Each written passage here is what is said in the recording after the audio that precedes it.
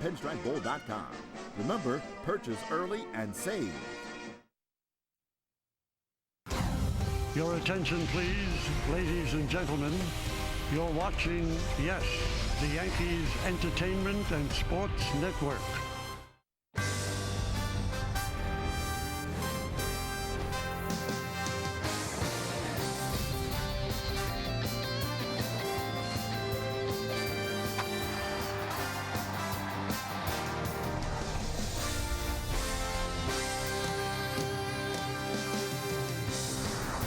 Yesterday afternoon, CC Sabathia was excellent. Had 8 strong innings, 8 strikeouts, and picked up his 7th straight win. Mariano Rivera came on from the bullpen in the 9th to pick up his 23rd save, and the Yankees picked up their first win since the All-Star break.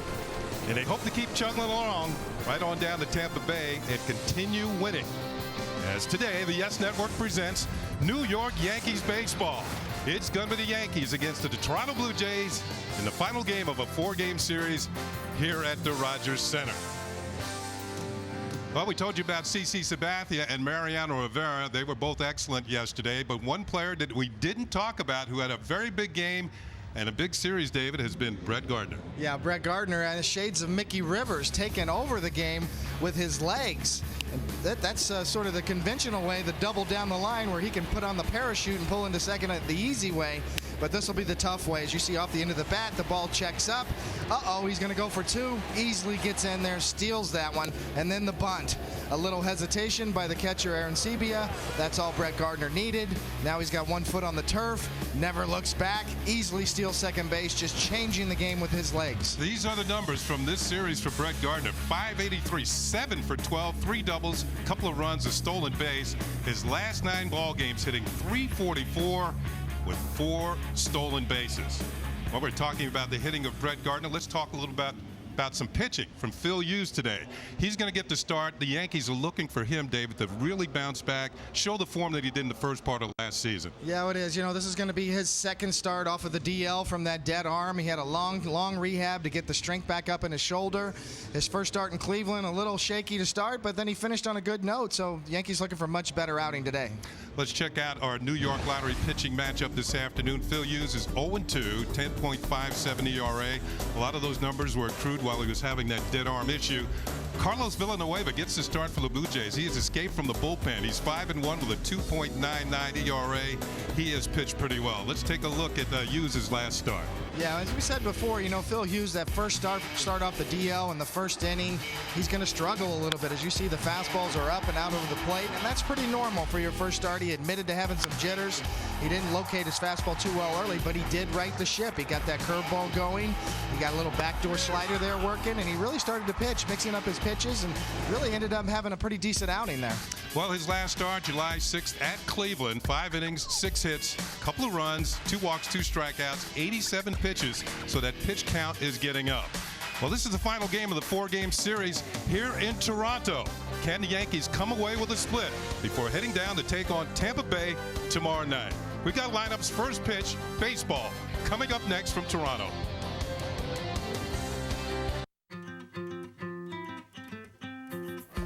I know you're worried about making your savings last and having enough income when you retire. That's why I'm here. To help come up with a plan and get you on the right path. I have more than 1,000 Fidelity experts working with me so that I can work one-on-one with you. It's your green line. But I'll be there every step of the way. Call or come in and talk with us today.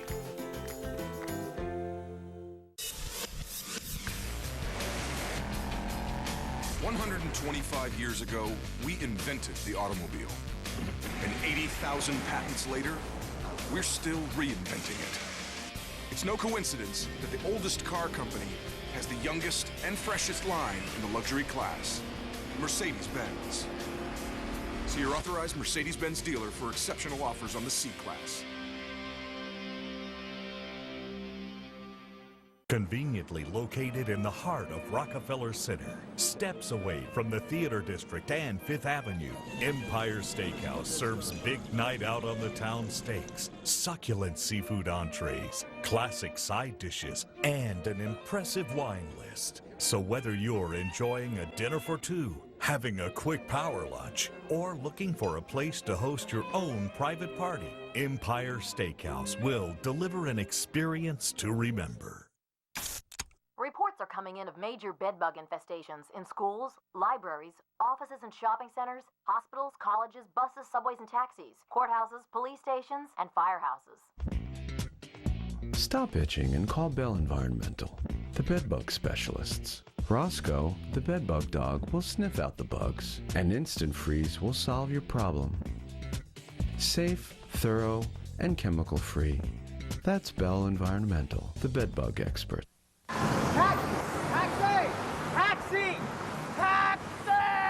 Getting to the airport can be stress-free. Just call the 77s of Dial 7 Car and Limousine Service and let us get you there on time and smiling. Whether you're going to LaGuardia, Kennedy, Newark, or riding around town, Dial 7 saves you time and money. We've got a bold new look, and we're the best ride in town. Dial 7 Car and Limousine Service, 777-7777.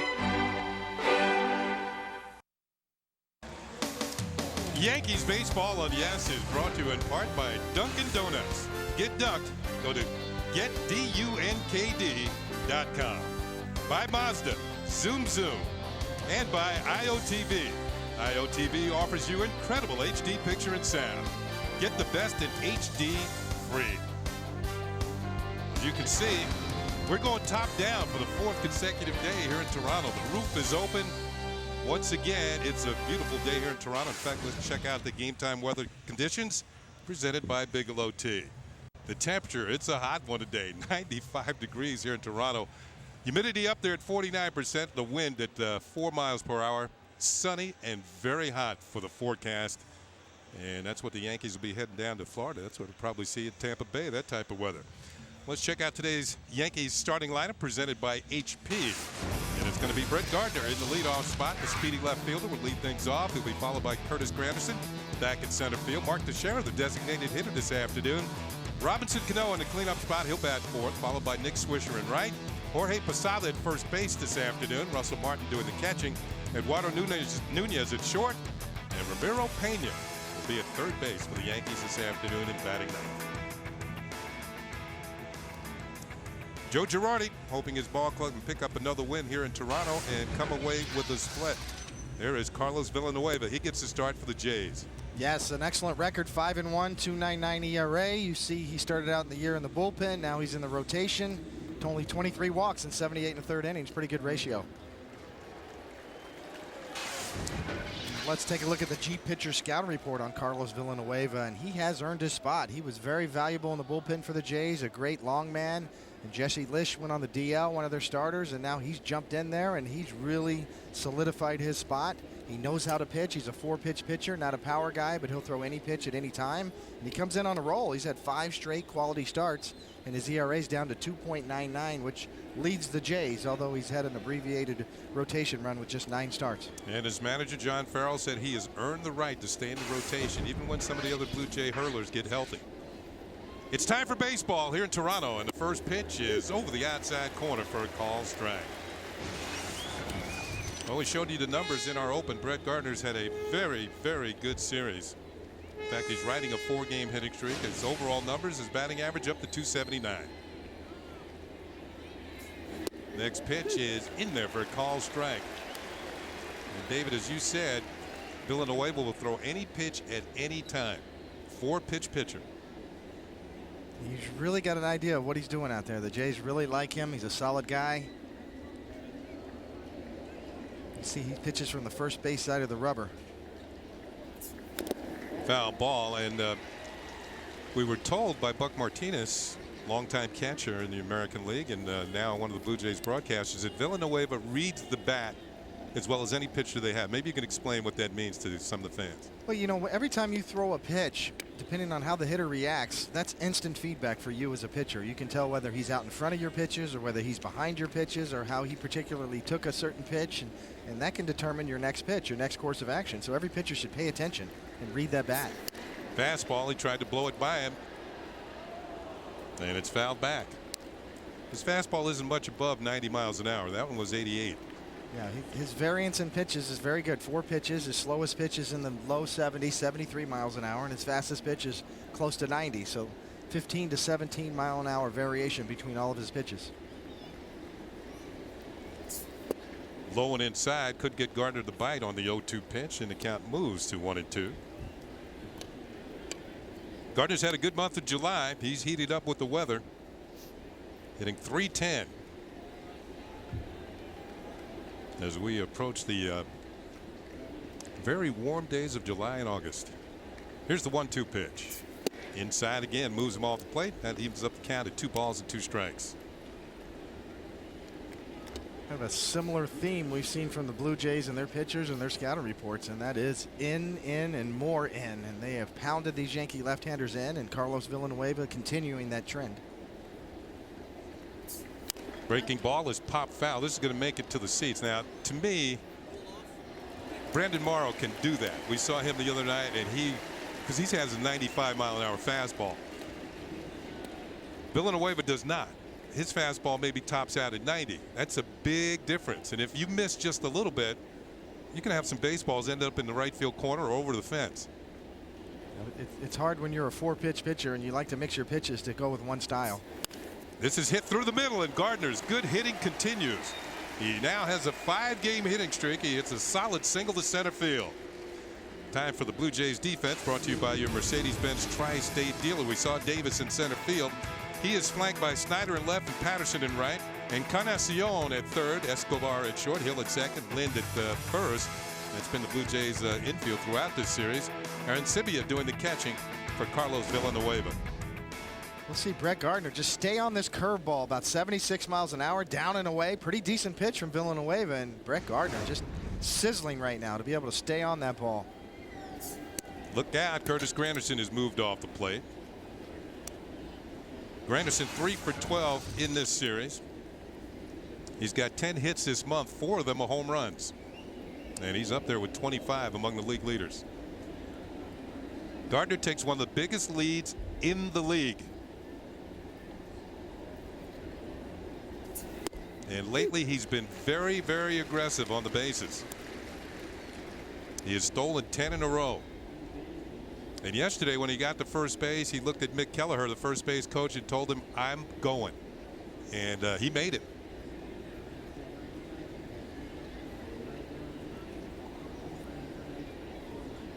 Not going here. The pitch to Granderson is fouled back.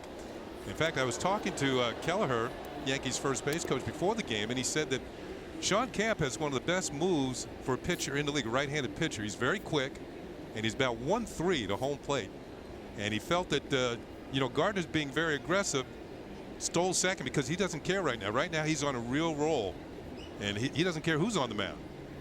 And he made it easily to second. Not going. And Granderson fouls the pitch off. The count holds at 1-2. We're going to talk a lot more about Brett Gardner later on in the game. Kim Jones has a nice feature on it coming up. He definitely has his confidence back. When he first came up with the Yankees, he seemed to go on the first pitch every time he got on base. He just had so much confidence, and then he went through a little spell where he wasn't getting good reads and kind of getting caught flat-footed, but he's definitely back and feeling good. Throw to first, and he's back easily. I guess base runners, their base stealers, can get in slumps just like hitters and pitchers can. It just looked like he had a little trouble getting reads for a while there earlier in the year. He got caught a couple of times and almost got picked off a couple of times at first, and he seemed to kind of lose his groove a little bit, but it is definitely back. You see 1 foot on the turf on the lead. There he goes. The pitch is swung on and missed. The throw to second is not in time. 11 in a row for Brett Gardner. He's at second as Granderson is struck out. Picked the right pitch to go. Excellent jump. It's an off-speed curveball, about 80 miles an hour. Arancibia just kind of waves the white flag and launches one down there, but not much conviction on that throw as Gardner's 3, 4, 5 steps on his way before Villanueva delivers that ball. Stolen base number 25 on the season. He's been caught 10 times. There's a good look at it in slow motion at left hand. There was no tag. So Gardner in scoring position. He might not be finished now as Teixeira comes to the plate.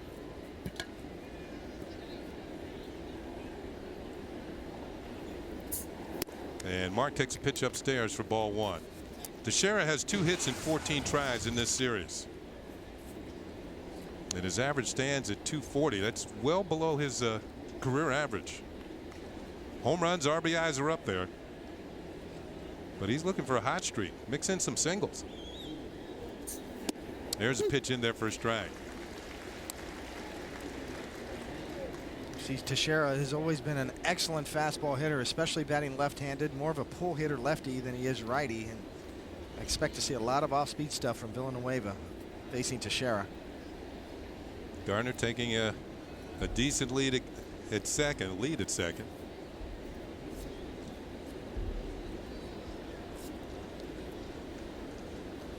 Not going, and the pitch is inside, and it's 2 balls and a strike.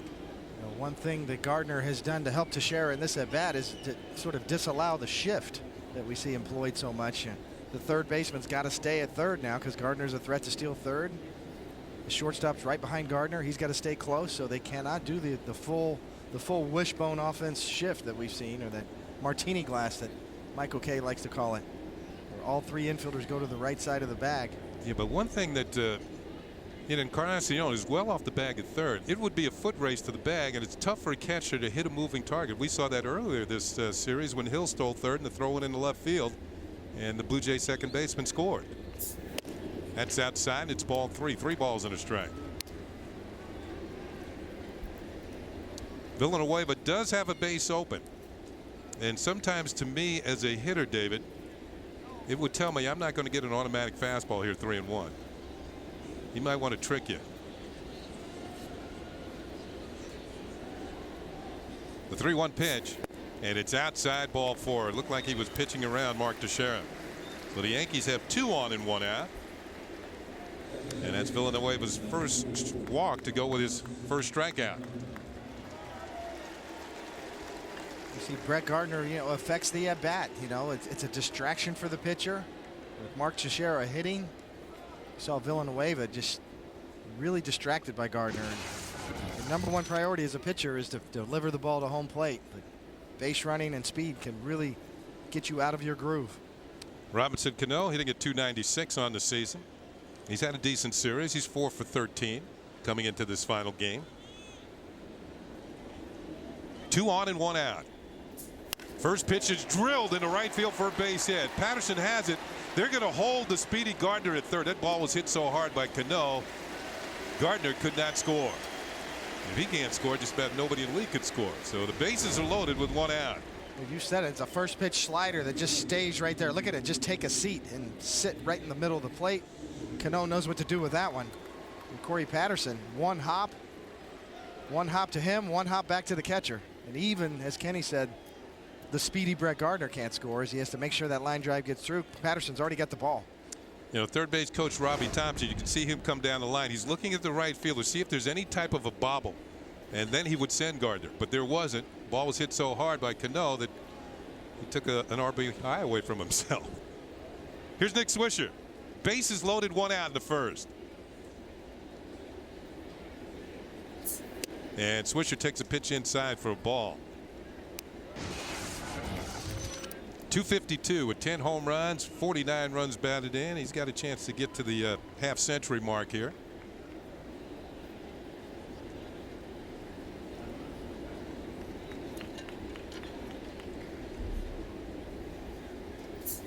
Pitch is fouled off to the left, and it's a ball and a strike on Nick Swisher. Carlos Villanueva, here's Swish with the bases loaded. 273. He's got 4 grand slams. He knows what that feels like. He's going to say Villanueva 1-0 in his career against the Yankees.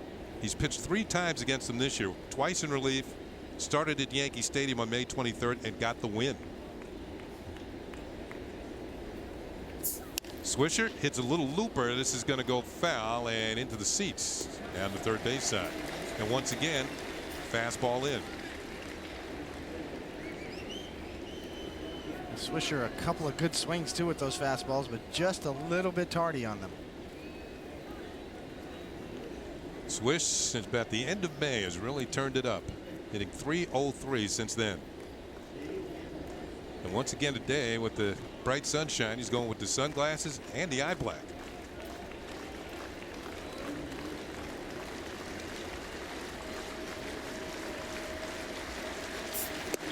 That moves him off the plate, levels the count at 2-2.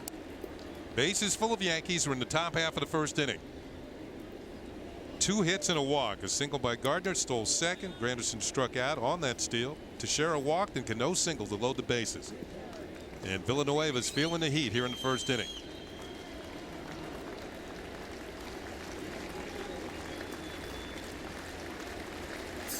Pitch is drilled into right field, and it's going to be in for a base hit.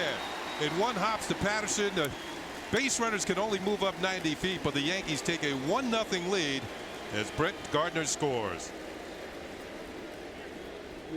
Take a look at Swisher's at bat, pitch by pitch from Villanueva, and you see fastball in, misses, up and in. That's a good swing, just misses. Another one in, just a little bit late.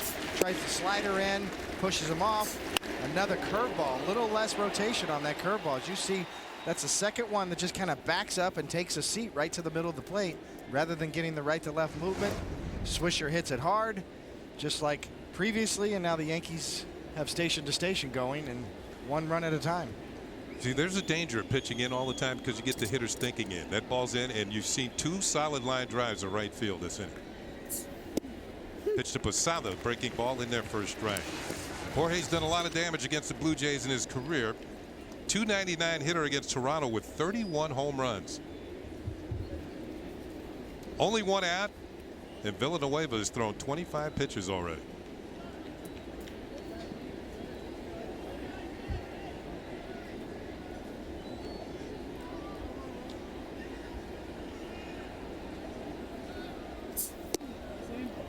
One ball and 1 strike. 320 with the bases loaded and 9 grand slams for Jorge Posada. Very representative numbers.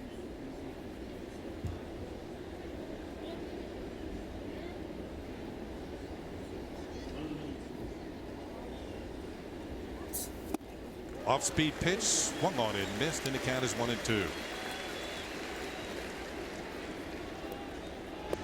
This is what Villanueva's got to do. He's got to pull the string. You see the changeup, 3-finger grip. Posada reads fastball just out in front of that 82-mile-an-hour changeup. You know, he got the effect that he wanted, a swing and a miss, but it wasn't a particularly good pitch. Location wasn't that good.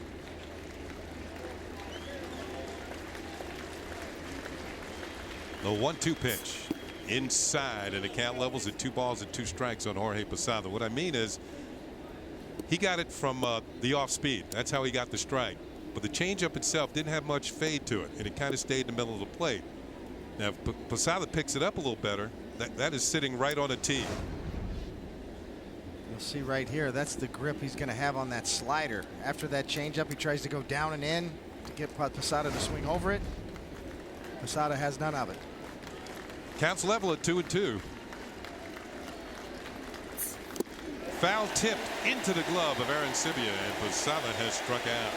So both outs this inning for Villanueva are on the strikeout. After the slider down in, goes back to the changeup grip, and this one has a little more rotation in terms of, as you see, the 3-fingered grip. It's down a little bit, but Posada just reads fastball the whole way, and that's the thing of the changeup, is it's got fastball rotation on it. Posada reads fastball the whole way, and once again, as Kenny said, the velocity is what he swings at, and that's what he missed. Here's Russell Martin. RBI opportunity, but now there are 2 outs, and the base is loaded. And Martin hits a line drive to Escobar, and Villanueva, well, you can say he kind of limited the damage here in the first. Gives up 1 run to the Yankees on 3 hits. 1-0 Yankees. We're headed for the bottom of the first inning.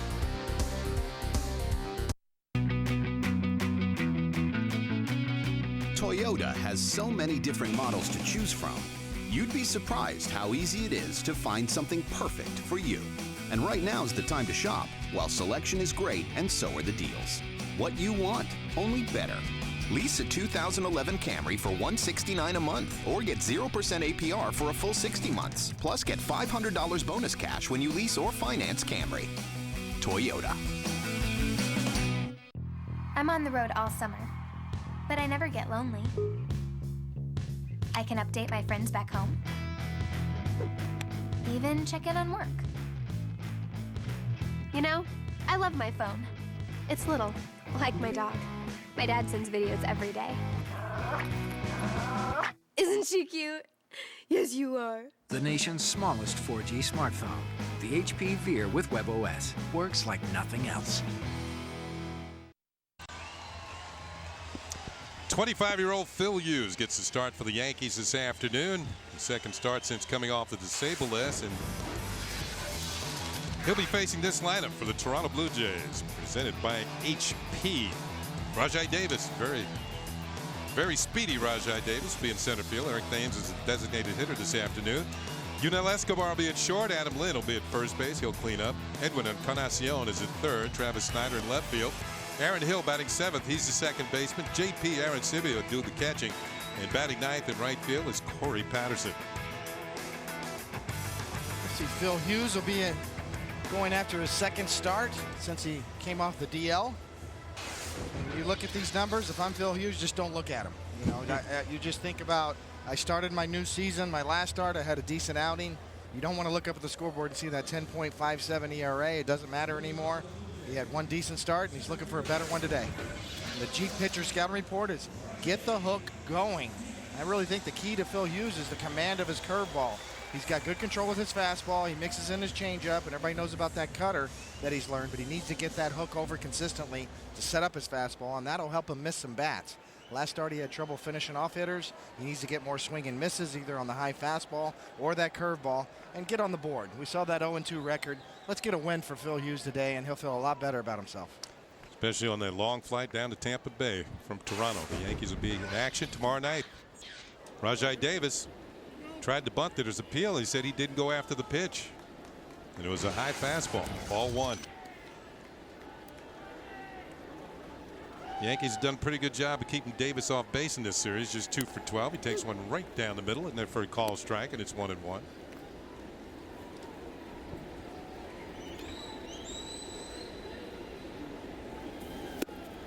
Swing, there's your swing and a miss, and a high fastball, 1-2. A good sign early, you know, even though it registers at 91, it's got some life up in the zone, up above the letters. Rajai Davis, pretty much a free swinger. Curveball, he just got a piece of it. A good break on that one. 1 ball and 2 strikes.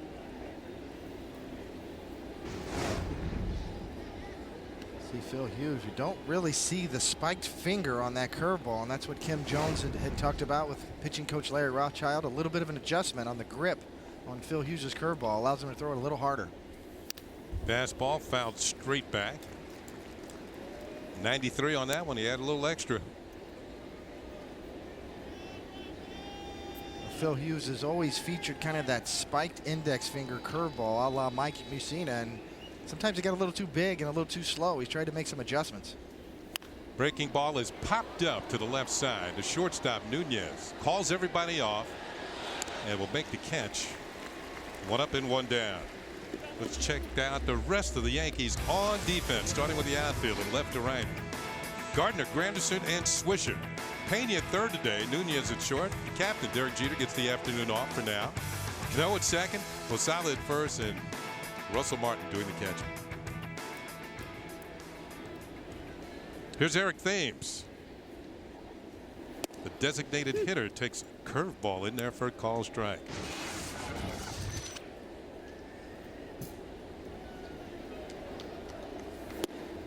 Strike 2 as Phil Hughes quickly jumps ahead.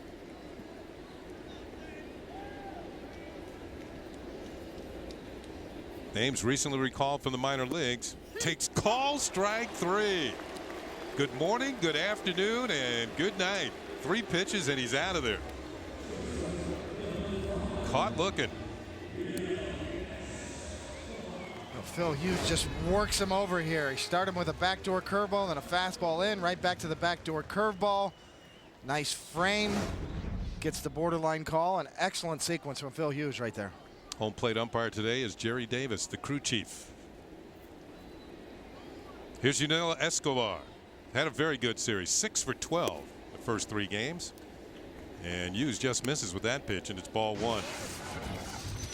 Escobar's average up to 298, 426 in his last 11 games. Looks like he's going to be one of the better shortstops in this league. That pitch is blown away. Ball two. 2 balls and no strikes.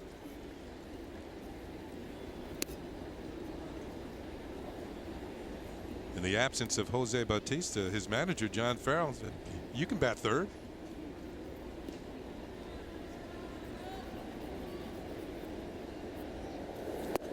Call strike. Fans, IOTV offers incredible HD picture and sound. Get the best in HD free. IOTV is the official HD service provider of Yankees baseball on Yes. Ball is lined to center field, and Granderson's going to have to lay back and play it on a hop. So the Blue Jays have their first hit of the game. A 2-out single for Yunel Escobar, who now has 7 hits in this series. Swinging a hot bat. When he gets a fastball right down the middle, you could see a hot hitter is going to take it right back to where it was pitched. Right on the button, a line drive. One thing Phil Hughes is looking to do, and Dave, you kind of touched on it, to get off to a good start in this game. He's had 4 starts this year. He's allowed runs in the first inning 3 times. Fastball just a little bit low to Adam Lind.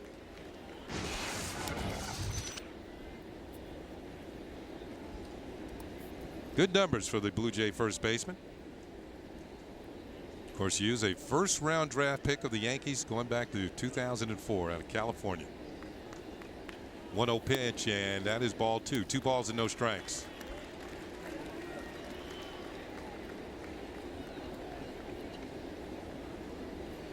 Phil Hughes has always featured that 4-seam fastball in and out. He tries to spot it away, down and away. Doesn't really throw a 2-seam fastball or sinker. He's a power guy, which is why when he pitches, the Yankees always watch the velocity check on him to see where his fastball's topping out at.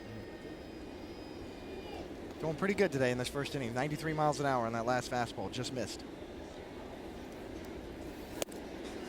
Once again, just missed, and it's 3-0. I think be a little careful here. Linda might get the green light. Hasn't hit a home run yet this month after hitting 9 in June. Now he's taken all the way, and that is poured in there for a call strike.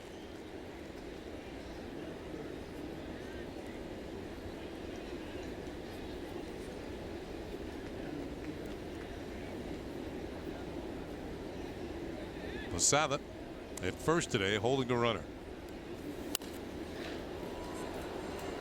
That shows me something with your fastball. You have not much life on it because a good fastball hitter like Lynn, 3-1, looking for a fastball, gets it and still can't get around on it. Yeah, he ends up coming out late, and you see it's in a decent location, out of third and down a little bit. You don't want to throw it there too often, though. Runner will be going on the 3-2 pitch, and it's pop foul. We'll do it all over again as Escobar is going to have to turn at second, head back to first.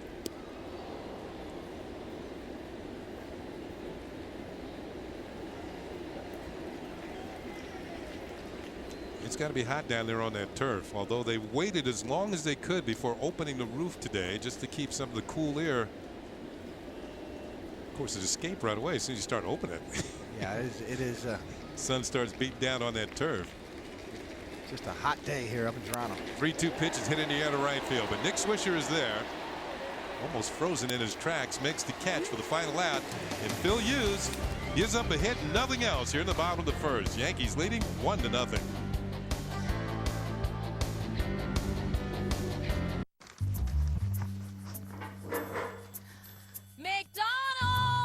The simple joy of knowing what they want. Like a 20-piece McNuggets for just $4.99. Did you know 1 of every 2 men and 1 of every 3 women will be diagnosed with cancer at some time in their life? While eating more fruits and veggies can help reduce your cancer risk, here's what else you can do. Join Hunts Point Produce Market, Star Boxing, and the American Cancer Society July 23rd for the first ever Knockout Cancer event in the Bronx, showcasing some of New York's finest boxing talent, all for a good cause. So join us. Tickets start at $50. Visit huntspointproducemkt.com for info and help knock out cancer. Derek Jeter collected his 3,000th career hit, the only player to reach the milestone in pinstripes. Celebrate with a special Derek Jeter 3,000 hit DJ 3K logo ball in a glass case from Steiner Sports. Each ball features the official DJ 3K logo. Reserve one for just $49.99 or hand signed $699.99. Call 800-759-SCORE or visit steinersports.com. Act fast. Call 800-759-SCORE or visit steinersports.com today. Congratulations, Derek.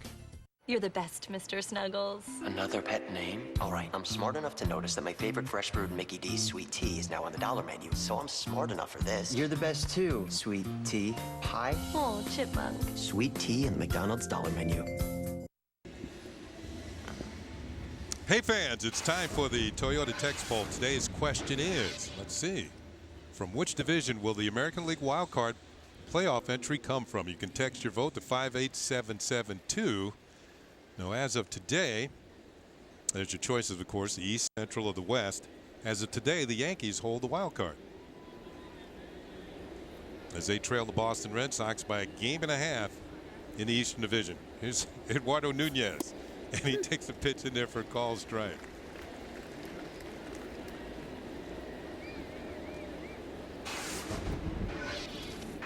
Nunez 2 for 11 in this series, but having a very good July.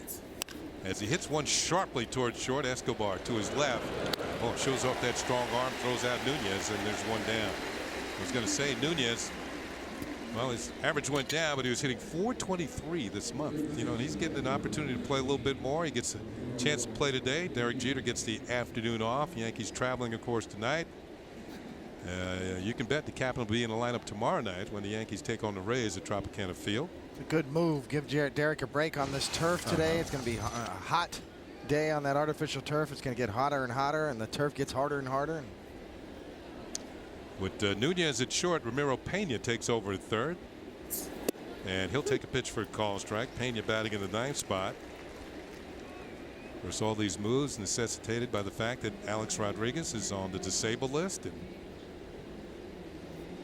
we hope that A-Rod is resting comfortably following knee surgery and starting his rehab. They get you right back into rehab almost right away.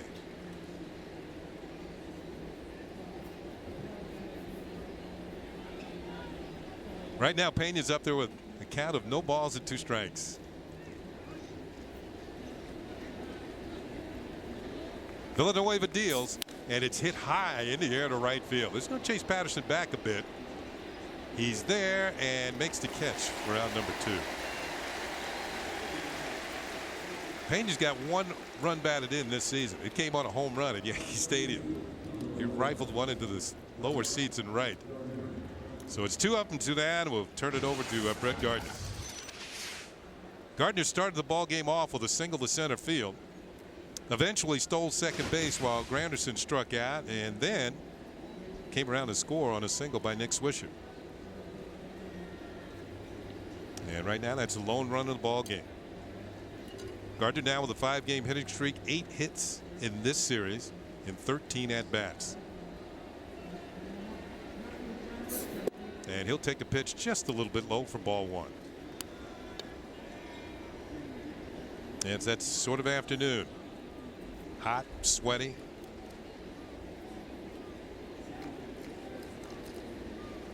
How'd you stay cool in the dugout, David? Ammonia water? Pitches fouled off. I definitely love that. Yeah, the trainers, you know, the great Gene Monahan, who's in his last year, and Steve Donahue would have a bucket of water with a little ammonia in it, a bucket of ice water, and you see the players all with the towels. And those are wet towels with ammonia on them. There's Gino. Kind of give you a little, you know, kind of the smelling salt effect, you know, snap you out of it, kind of cool you off a little bit. 1-1 pitch. In particular, you're thinking about the pitchers who are working so hard. There's the Blue Jays bullpen trying to stay in the shade. Got the tent working out there. Necessity is the mother of invention. just a little bit high, and the count runs to 3-1 on Brett Gardner.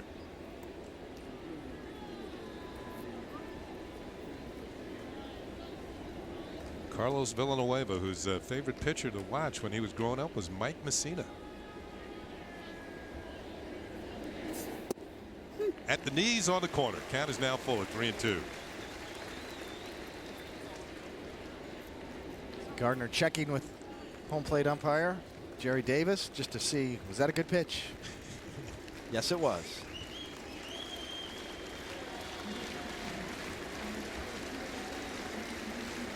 Payoff pitch on the way. And it's hit hard, but right at Escobar, and it's a 1-2-3 inning, kind of a bounce back inning for Villanueva. Yankees go in order here in the second. On to the bottom half of the second inning. Yankees on top by 1. The New York Yankees are legendary. There it goes. Deep right field. It is gone. Grand slams in back-to-back days. Fans, come out to Yankee Stadium on Saturday, July 23rd, when the Yankees take on the Oakland Athletics. The first 18,000 guests, 14 and younger, will receive a collectible truck, the 7th in a series, courtesy of W.B. Mason. The New York Yankees, a proud tradition, a legendary history. Bring the power of the Optimum network to every corner of your home with the ultimate triple play from Optimum. The best TV, internet, and phone, plus a whole lot more. Get blazing internet speed throughout your house with the free advanced wireless router. Wirelessly connect your PC and TV with Optimum Link and watch live TV on your iPad anywhere in your home with the Optimum app for iPad. Get more from your home network for just $99.80 a month your first year. Call 866-333-7162 for the ultimate triple play from Optimum. Hyundai's made a point to always shoot straight with people. And now we're asking everyday drivers to shoot straight with us about the Sonata, uncensored. This would be like a really good road trip car. Ooh, road trip? I'm 6'5". Look at the legroom. Starts at $19,000. That is a good price. I mean, it's comfortable too. Oh my God! Can we take out the Sonata again? See for yourself. Test drive the 2012 Sonata today. You can lease one for just $199 a month. Your opinion might be even better. Get great deals at your local Hyundai dealer today. Congratulations to the captain, Derek Jeter, on becoming the newest member of the 3,000 Hit Club. Become a Yankees Universe rookie member and receive a limited edition 5-inch Derek Jeter bobblehead. Members also receive the other items offered in the rookie package, including a Yankees Universe t-shirt and a customized membership card. Join Yankees Universe today by calling 800-GO-YANKS or by visiting yankees.com/universe. Edwin Encarnacion takes a fastball inside for ball 1. Yankees have had trouble with him this series. That pitch is low and away. 2 balls and no strikes. He's 5 for 10.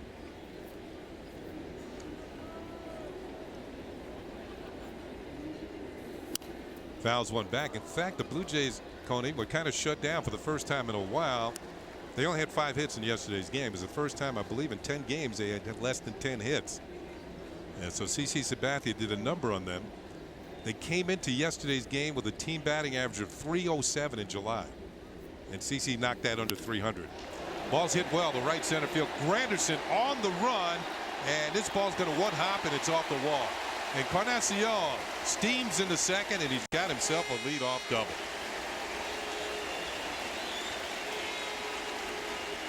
Encarnacion leads the Jays with 21 two-base hits. Well, he's a good fastball hitter. He gets one belt high out over the plate, and watch him lean back.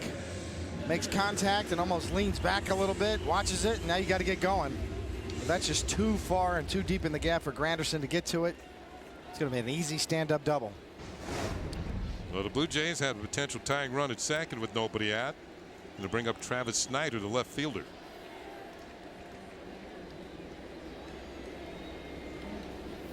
And Hughes starts him with a curve, and it's in for a strike. Snyder, like a lot of Blue Jays, was cooled off yesterday. He had a 7-game hitting streak broken. But since coming back from the minor leagues, he's driven in 11 runs in 10 games. Fouls this one back. Hughes gets in on the hands, and it's no balls and 2 strikes. Sometimes you see those hitters when they hit them good like that, like Encarnacion did.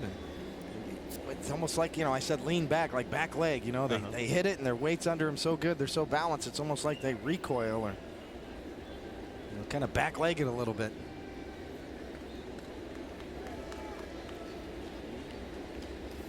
Well ahead on the count, but it's lined to the left field for a base hit. And Encarnacion's being waved home. Here comes the throw, and it's a 1-1 game as he scores. So a double, followed by a single. And Snyder picks up his 12th run batted in 11 games since being recalled from the minor leagues. He does, and we've seen Snyder go the other way quite a bit this series. As you see, he just gets on top of that high fastball up and away. A real level swing. And Gardner does all he can do off the turf. He hits it head high. You see right here, that little deke by the cutoff man will hold Travis Snyder on first base there, even though he picks up the RBI. That's why the outfielders, you always try to hit that cutoff man, let him decide whether the throw goes through or not. The throw has to be low enough. So Gardner actually a good job right there of holding Snyder to first. And yeah, because it keeps the double play in order. And here is Aaron Hill, the second baseman.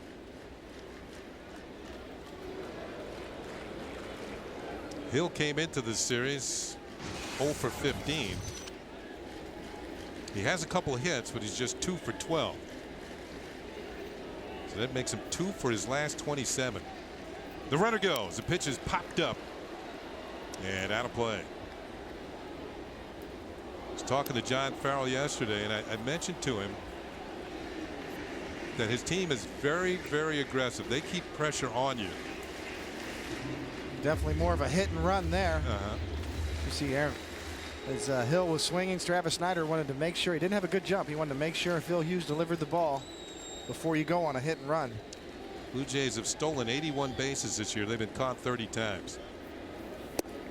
Just off the corner. A ball and a strike on Aaron Hill. Third base coach Brian Butterfield. All that might not mean anything. We should find out on this pitch. Another throw of the first. Snyder's back.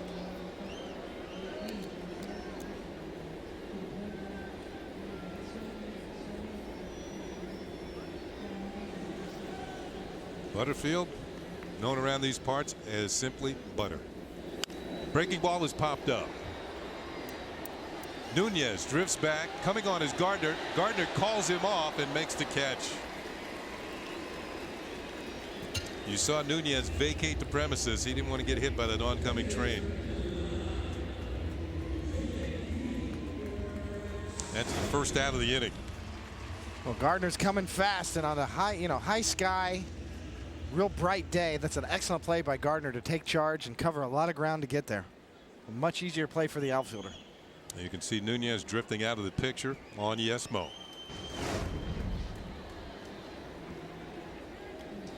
One out. Snyder, a stolen base threat, is at first, and the first pitch to Aaron Sebia, the catcher, JP Aaron Sebia, is ball one. Has some power. The average isn't much at 219, but 12 home runs, which leads all American League catchers. Another toss to first to check on Snyder.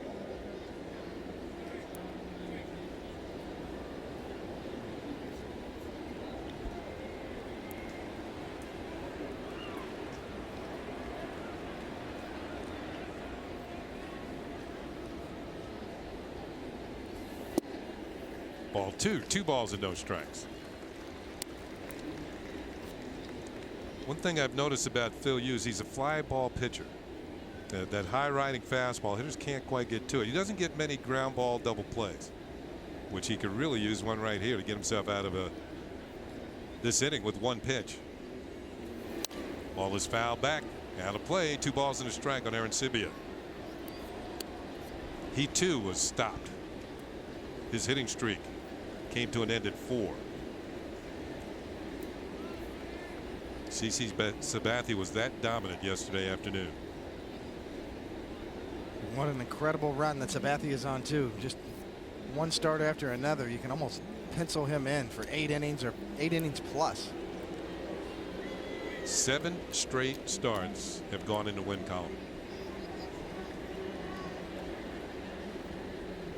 Gave up 1 run to break up his scoreless streak working into that game. That's Brian Cashman would like to clone him. The runner goes, and he had a great jump. The pitch is a call strike.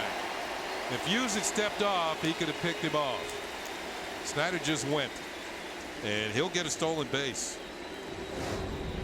Just like grabbing a candy bar out of the drugstore and just taking off with your back pocket. Phil Hughes not looking. Gone. So there goes your ground ball double play, at least your conventional ground ball double play. And it's 2 balls and 2 strikes on Arancibia, who wisely just took the pitch.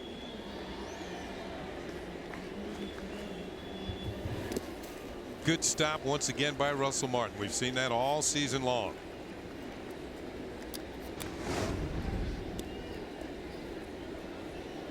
See the spinning slider.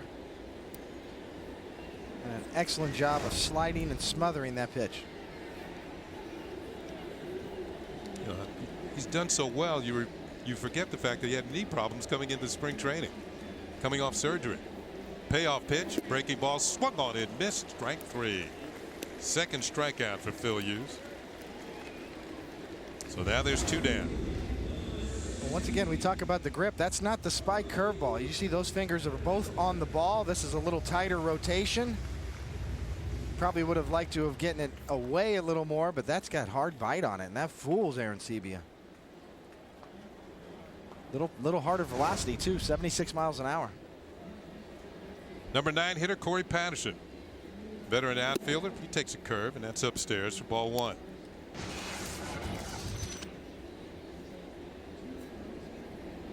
So definitely a different looking spin on Phil Hughes' curveball. I think Kim Jones was all over that and kind of reported that Phil Hughes had told her that he had been working on a little different grip on that curveball. Ball is popped up to the left side, and it looks like Nunez is going to have play on this one. He puts it away, and that's it. But the Blue Jays tie the ball game here in the bottom of the second. They pick up a run on 2 hits. They leave a runner. It's a 1-1 game. After a battle with the Blue Jays, the Bombers head south for a rematch with the Rays tomorrow. In his first game back from the All-Star break, H.A. Burnett looks to get his second half rolling and take over the Trop in Game 1 from Tampa. Yankees, Rays. Complete coverage starts tomorrow at 6:30 with the Tri-State Ford pregame, only on Yes. I got this new City thank you card and started earning loads of points. Okay, we'll leave that there for now. Put this on. You got a weather balloon with points. Yes, I did. Points I could use for just about anything.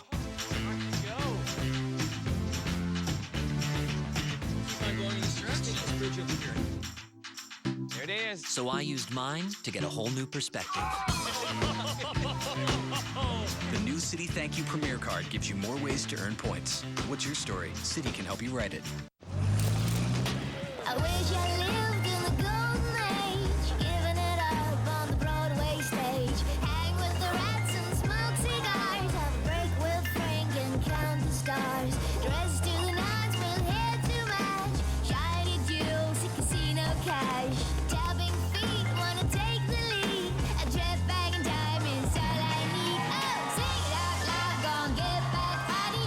Sing it out loud, get away with me. The sights of summer. Don't blink. They go fast. Summer's best event from Cadillac. This summer you do have a choice, and the time is now. Visit your Tri-State Cadillac dealer or CadillacTristate.com for this exceptional offer. Fans, follow the New York Yankees with the MLB.com @BAT11. That's the app for your iPhone, iPad, Android, or BlackBerry. Get live audio pitch-by-pitch tracking, video highlights, and more. Text @BAT to 31826 or visit Yankees.com for details. Curtis Granderson here in the top of the third on our Lincoln scoreboard in a 1-1 game. The totals are identical at this point. Granderson struck out in the first, and he takes one upstairs, and the count is a ball and a strike.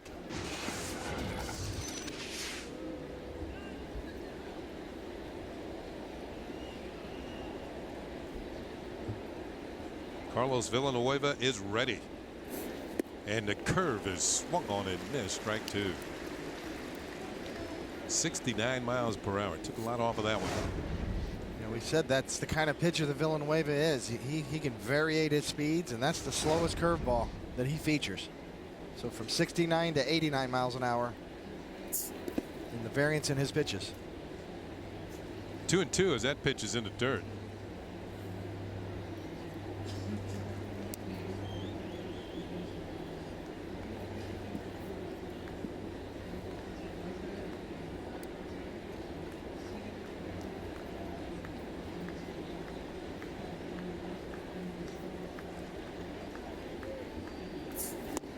Changeup swung on it, missed, strike 3.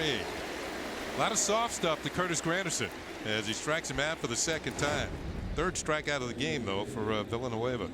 See, Villanueva's got excellent arm action on that changeup and gets it down and away where he needs it. You see the 3 fingers on the ball. The spin and rotation looks like a fastball, but it's about 6 or 7 miles an hour slower than its fastball. Here's Mark Teixeira, and now they can apply the full shift upon him. Nobody on base. And check swing, pitch is fouled off, strike 1. Teixeira walked in the first inning. You can see heavily on the right side of the field.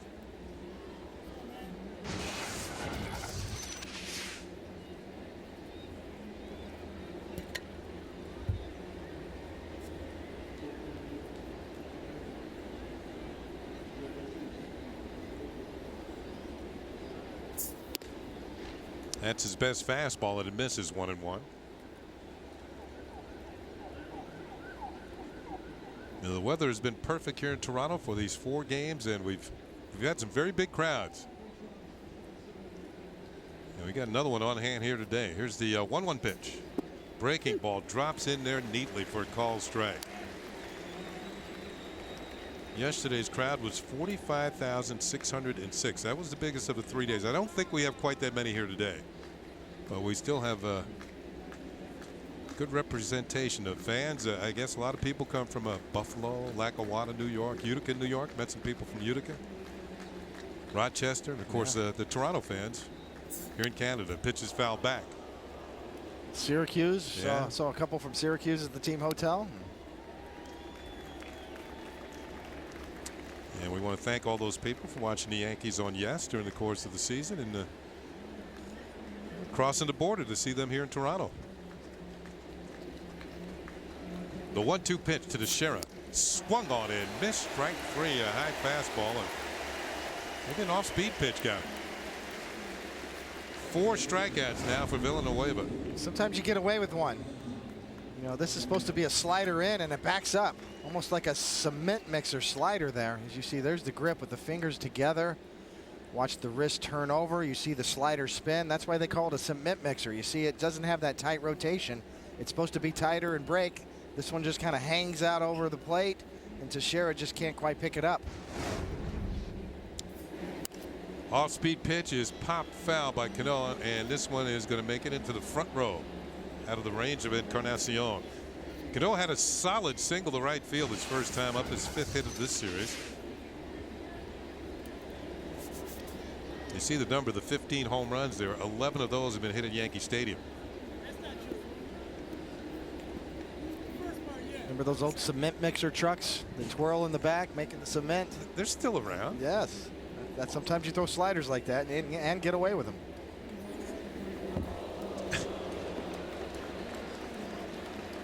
Just a little high, maybe a little outside, and it's a ball and a strike.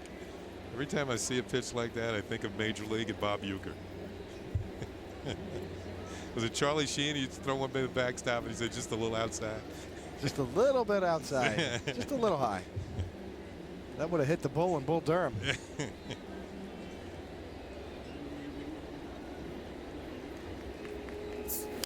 Cano fouls this one off. Usually don't see the home run derby won by many middle infielders, particularly second baseman. Cano became the second baseman to win the home run derby. And the other one, second baseman's in the Hall of Fame. Ryan Sandberg won it.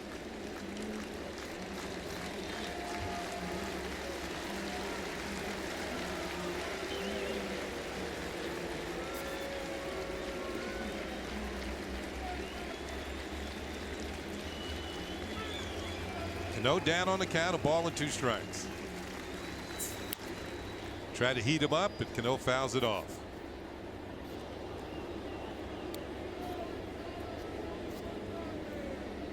We had mentioned that the Yankees and Joe Girardi will be heading south in Tropicana Field tomorrow night. A.J. Burnett will get to start his first start since the All-Star break. And he'll be in there against a rookie, Alex Cobb. The Yankees have first look at him. It should be an interesting ball game. I hope you tune in. 1-2 pitch. Cano hits it hard, but right at the first baseman, who bobbles it momentarily. But Lynn will beat Cano to the bag, and that's going to be it. Yankees go in order again. 8 Yankees in a row have been retired by Carlos Villanueva. It's a 1-1 game. The New York Yankees are great moments. Swung on and line to left field. Down the line, it is gone. It's a walk-off by Mark Teixeira. Fans, come out to Yankee Stadium on Monday, July 25th, when the Yankees take on the Seattle Mariners. The first 18,000 guests in attendance will receive a Yankees batting helmet bank, courtesy of Seton Hall University Strikeouts for Scholarships. The New York Yankees, a proud tradition, a legendary history. If you like Facebook, come to Best Buy, where an expert will find the perfect phone for you, like the AT&T HTC Status. It lets you post instantly to Facebook with the push of a button. And it's just $49.99, with no mail-in rebates. Of course, just because you can share on a whim, doesn't mean you should. The AT&T HTC Status, only $49.99 at Best Buy.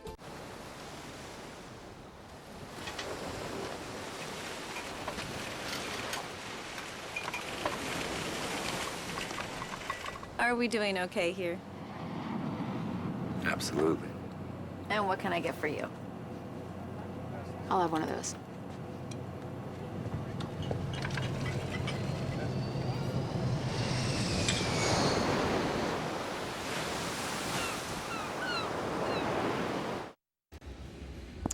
As we go to the bottom of the third, first we'll take a look at our Lincoln scoreboard. It's a 1-1 ball game. The Yankees and the Toronto Blue Jays, final game of this 4-game series. Brett Gardner's had a heck of a series. He's already had a hit and a stolen base and scored a run in today's game. And right now we're going to take it down to Kim Jones, who has more on Brett Gardner. I can't wait for this. All right, Kenny, you got it. I asked Brett Gardner before today's game if he's come in to the second half of the season with a more aggressive mentality. He said, not necessarily. I'm trying to take advantage of my opportunities. He said, but there was that stolen base yesterday. I said, yes, there was. What about it? He said, I stole that bag because he made me mad. He is pitcher Sean Camp, who threw over 6 times while Gardner was on first base. 4 in a row, then a pitch, then 2 in a row. Mick Kelleher told me that Gardner was ticked off. He had to dive back into the bag so many times. And Gardner told me that's ridiculous. He said after the 6th one, I looked at first baseman Adam Lind. I said, that's it. I'm out of here. I'm gone. And he was. He stole that bag for his 10th in a row, and today, Kenny, we saw his 11th in a row. Maybe Brett Gardner plays better when he's feisty. He was feisty this morning, I promise you that, in telling that story. That's pretty super. You don't want to take him off throwing over that many times as Rajai Davis fouls a pitch off. We've seen what he can do on the bases. I mean, yesterday was just an example, David, of what we've seen from Brett Gardner. And Kim, you know, he can be a force at the top of the lineup or when Derek Jeter's in there, even at the bottom. Absolutely. He can be one of those pests on the bases. And I'll tell you about those pickoff moves. He said it's one thing if a pitcher throws over 2 or 3 times. That's routine. He said 6 times? Ridiculous. You're wasting everyone's time. 1 out. Davis grounds out to third. And one thing about Sean Camp, Kim, that we have found out, he's got a pretty good move. He's quick, and he gets the ball to home plate with a slide step. And even so, Gardner was able to make it. That's right. You talked to Mick Kelleher about that this morning, and I talked to Mick about Gardner being mad. Mick Kelleher was laughing about the whole thing. He thought it was terrific. First of all, a great stolen base, but also Gardner's reaction. Gardner, though, was not laughing. Even today, he was pretty serious about this, but as we've mentioned, he's off to such a great start as this second half has begun here in Toronto for the Yankees. Yeah, if he continues to hit like he has been, I mean, he had his 8th hit of this series, and he's on fire. He can be a force. On the bases, driving in runs, and just be, as you, what do you call him, a pest, Kim? He is a pest. I think he'd take that as a compliment. Kenny, we're seeing 2 guys who are very important to the second half of the Yankees on the stage today in Toronto, and that's, of course, Gardner, who's been here all series, and Phil Hughes, who's getting this start today. There's no denying how important Hughes is for this second half for the Yankees. He knows it. Girardi knows it. The whole team knows it. Yeah, we should bring David in on this. What did you think of him so far? Well, you know, the thing I think about is seeing Gardner at the top of the lineup, and with Alex Rodriguez out, Kim, you know, Joe Girardi's going to have some options with his lineups and juggling the lineups, and maybe Derek Jeter goes to the 2-hole. A lot of talk about Brett Gardner leading off, and I'm wondering, Kim, what you thought about that. And talking to Gardner, he probably likes to lead off better than batting ninth, I would assume. He has always told us, David, that's where he's used to hitting, toward the top, if not 1, then 2. But he's adjusted well to ninth also. So he'll tell you he doesn't have a preference, but everyone wants to get in there in the first inning. I know he's no different. Certainly Derek Jeter likes that bat in the first inning as well. And how about Phil Hughes? If you like what you saw, it just struck out Thames. Yeah, I actually have liked what Phil Hughes has featured. It looks like he does, as Kim Jones has reported, have a little different look to his curveball, a little tighter break, a little harder rotation on it. He's throwing it for strikes, spotting his fastball pretty well. His velocity's decent. Well, Kim, we want to thank you for that news on Brett Gardner. Certainly don't want to tick him off. I was happy to share it, Kenny and David. Thank you. We don't want to tick Kim off. She'll be back on the postgame show as well. That's right. Thank you. All right, 2 up and 2 down here in the bottom of the third. As Escobar takes a pitch outside, the count goes to 2 balls and no strikes on the Blue Jays shortstop. So Brett Gardner ticked off running the bases. You got to have an edge. 2-0 pitch, bouncing ball, and Cano on the backhand. Going to be a tough play to throw to Posada. He can't find the bag, but neither did Escobar. He's going to tag him, and he's called out. There was a delay on that play, but that's the 3rd out of the inning. Posada couldn't find the bag, and Escobar didn't touch it as well. So first base umpire Angel Hernandez was waiting for a call. Posada missed the bag. Escobar thinks he's safe. Posada walks over, applies the tag, and the inning, well, is almost over. This moment in patriotism is brought to you by USAA. People call me a hero for winning a championship. I've always said it's guys like my dad who serve in the military. They are the real heroes. USAA, we know what it means to serve. When you fly to New York, don't wait in a taxi line. Simply call the 77s of Dial 7 Car and Limousine Service. We'll pick you up outside of baggage claim and take you to your destination in style. If you need more space, dial 7s for a minivan or limousine. We've got a bold new look, and we're the best ride in town. The 77s of Dial 7 Car and Limousine Service. 777-7777. Conveniently located in the heart of Rockefeller Center, steps away from the Theater District and 5th Avenue, Empire Steakhouse serves big night out on the town steaks, succulent seafood entrees, classic side dishes, and an impressive wine list. So whether you're enjoying a dinner for 2, having a quick power lunch, or looking for a place to host your own private party, Empire Steakhouse will deliver an experience to remember. Dish Network claims they have more HD channels than DirecTV. Really? What Dish doesn't tell you is that 24 of their HD channels are only in high def, part of the time. So with Dish, when you turn on your flat screen, you might get HD, or you might not. DirecTV now has the capacity for over 200 HD channels, all in HD, all the time. So don't be fooled by Dish Network.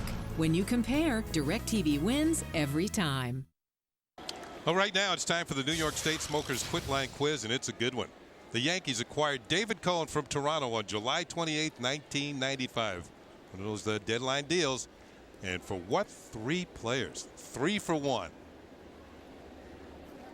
I was in one of those deals, but I was one of the 3 guys going the other direction. That was a great day in my life. I was so happy to come back to New York, play for the Yankees. Well, the Yankees embroiled in a 1-1 tie here as Nick Swisher takes a pitch a little bit low from Carlos Villanueva, who's allowed a run on 3 hits. All of those hits coming in the first inning. And it was Swisher who drove in a run with a single. There's a call strike, 1-1. You know, the Blue Jays at that point in 1995 were going through a rebuilding phase. So, they, really, I wasn't much help to them at that point. So. And the Yankees were looking for the final piece of the puzzle. Paul Beeston did me a favor.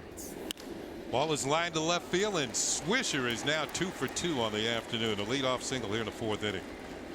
2 solid line drive hits for Swish. We've seen Swisher just get good at bat after good at bat, seeing the ball, and whenever you see his head down on a fastball away and just lace it the other way, balanced right up and down, doesn't try to do too much. Look at that distribution of weight. Perfect balance, lets the ball travel deep, hits it the other way. We've seen him hit the ball hard at bat after at bat, up the middle, the other way, and pulling things. Leadoff single for Swisher to bring up Posada, who struck out with the bases loaded in the first inning. This ball is lined to left field, but Snyder is there, and Snyder makes the catch. Swisher will head back to first base. There's one out. Posada hit it on the nose, but there's one down. Fans, this copyrighted telecast is presented by the authority of the New York Yankees and may not be reproduced or retransmitted in any form, and the accounts and descriptions of this game may not be disseminated without the express written consent of the New York Yankees. Here's Russell Martin, who lined out to short his first time up against Carlos Villanueva. That line out ended the threat for the Yankees in the first inning. Came with the bases loaded.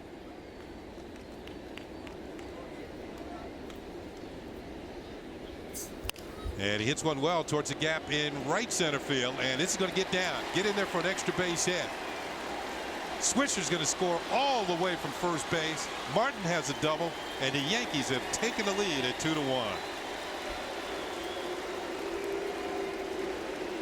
So Russell Martin lined out to short his first time. This time he finds an opening. Yes, he does, and this ball's got just enough slice on it. You see him cut that ball a little bit. The way his finish is,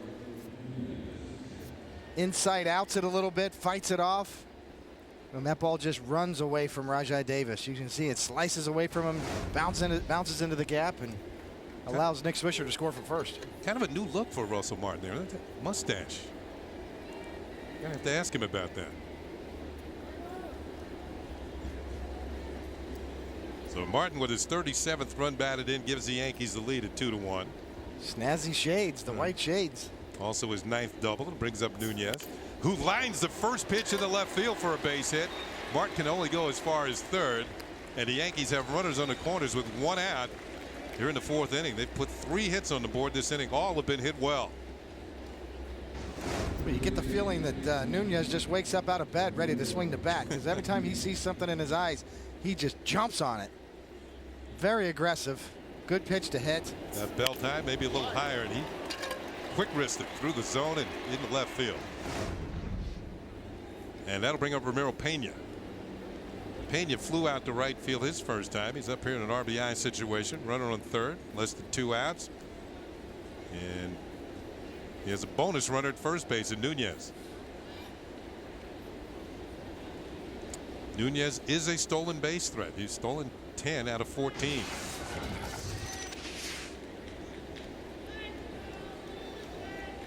Pena in the lineup today. The captain, Derek Jeter, getting the afternoon off at this point.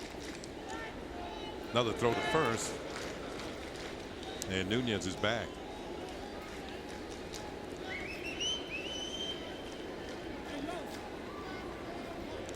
A good time for the Yankees to push the Jays here a little bit. Nunez with excellent speed. Obviously Pena in the batter's box. Maybe try to stay out of the double play here.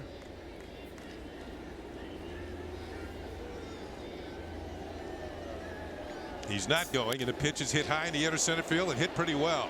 This is going to chase Davis back. He's going to make the catch, but Martin has plenty of time to tag at third and score the Yankees' 3rd run. So give Pena credit, driving in Martin from third base as he picks up his 2nd run batted in of the year. Situational hitting, a sacrifice fly.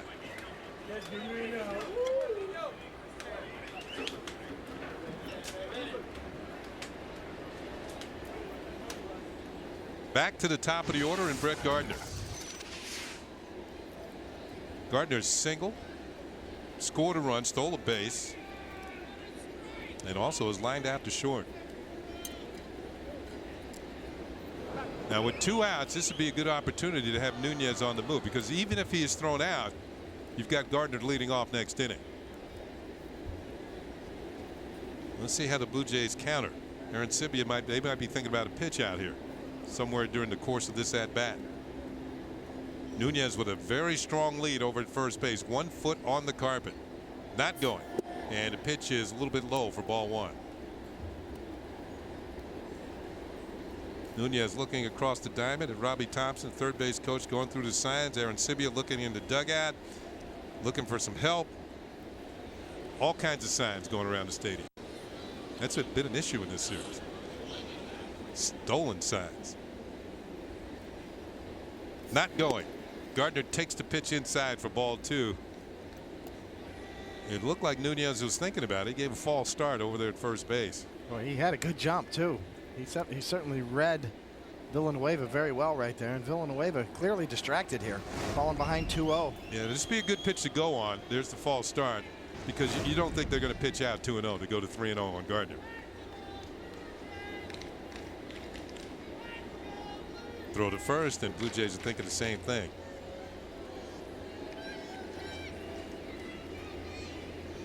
Yankees as a team, 83 steals.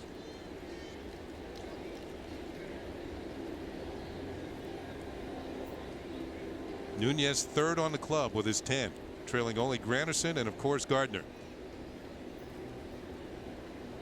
Not going, and the 2-0 pitch is rifled into right field for a base hit. Nunez gets the second, takes the turn, and will hold on. So Gardner has his second hit of the day, and the third time in a row he's hit the ball hard, and now has 9 hits in this series. It's a boatload of hits. He gets a fastball count, gets his fastball right there down the middle, and does what you're supposed to do with it. Get the bat head out, find the hole. And that'll give Granderson a chance here with 2 on and 2 outs. Granderson so far has a no contact afternoon going. He just struck out a couple of times, both times swinging. A lot of soft stuff from Villanueva and Granderson's at bats thus far. Let's see if he's looking for something off speed. Gets a fastball, maybe a show me one inside for ball 1.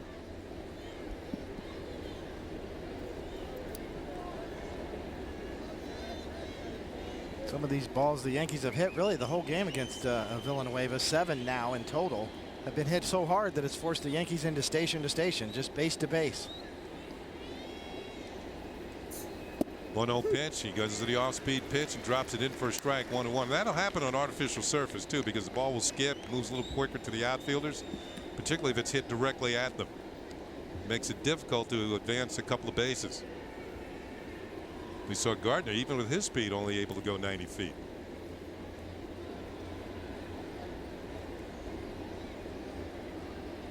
Pitch to Granderson, fastball misses, 2 balls and a strike. Now the last time he missed and was behind on the count, he came in with a slow curveball for a strike. Now, if you're a hitter, you're supposed to remember that. Stay back. Let's see if Villanueva changes the way he's been pitching. It looked like a changeup, and it was a strike. You got to stay back, 2-2. See here, Granderson with 25 home runs, looking up for a fastball, sitting on it, gets the changeup and holds up. 2 balls, 2 strikes, 2 men on. The Yankees up by 2. They lead 3-1 here in the top of the 4th.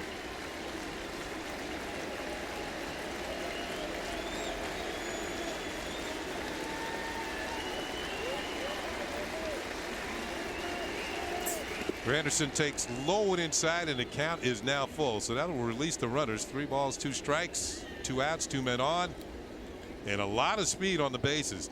Probably the fastest 2 Yankees. Nunez at second and Gardner at first. And another speedy hitter at the plate. The top 3 in the Yankee lineup are all involved in this play. It would certainly be something to see Granderson hit one in the gap and watch all 3 of them run together. Well, they will get a running start on this 3-2 pitch.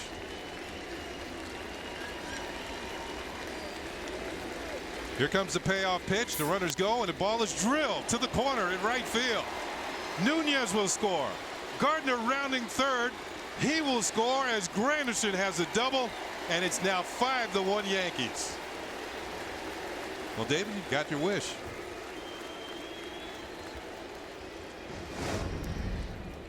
It's another changeup. This time Granderson reads it, stays back on it just enough. You see him load the load. He's out, he waits. The location really hurt Villanueva there. Granderson gets it down in the corner, and you could see the jump that Gardner has already around second. The only real question here is Granderson at second. He ends up with a stand-up double. No question on whether Nunez and Gardner, especially Gardner, would score. They can fly. Here's to Sharon with a runner in scoring position. Pitch is popped up into short right center field. Coming on is Patterson. And the right fielder makes the catch, and that's going to do it for the Yankees here in the fourth. But they put a 4 spot on the board in the fourth and now lead 5-1. Fridays is offering a 3-course meal for just $12.99. Choose an appetizer, an entree, and a dessert from over 16 delicious full-size menu items. Factor in our world-famous bartenders and good times with friends, and you're looking at 5 courses. Fridays 3-course meal for $12.99. Good night, gluttony. A farewell long awaited. Good night, stuffy. Good night, outdated. Good night, old luxury and all of your wares. Good night, bygones everywhere. Good morning, illumination. Good morning, innovation. Good morning, unequaled inspiration. The Audi A8, chosen by Car and Driver as the best luxury sedan in a recent comparison test. Will Fios really give me the best HD picture quality? Is Fios the most reliable internet in New York? As Fios installers, we get a lot of questions from New Yorkers that we get to say yes to. But the one question we get asked again and again, do I have to sign a term contract? And the answer is simple, no. Has service this good? Doesn't need a term contract. Join over 1 million people in the tri-state area who've switched to Fios. Switch today with the option of no term contract. Call now to get TV, internet, and phone, and you can get a free multi-room DVR for the life of your service. Call 1-888-GET-FIOS today. Fios, a network ahead. I got this new City thank you card and started earning loads of points. Okay, we'll leave that there for now. Split this on. You got a weather balloon with points. Yes, I did. Points I could use for just about anything.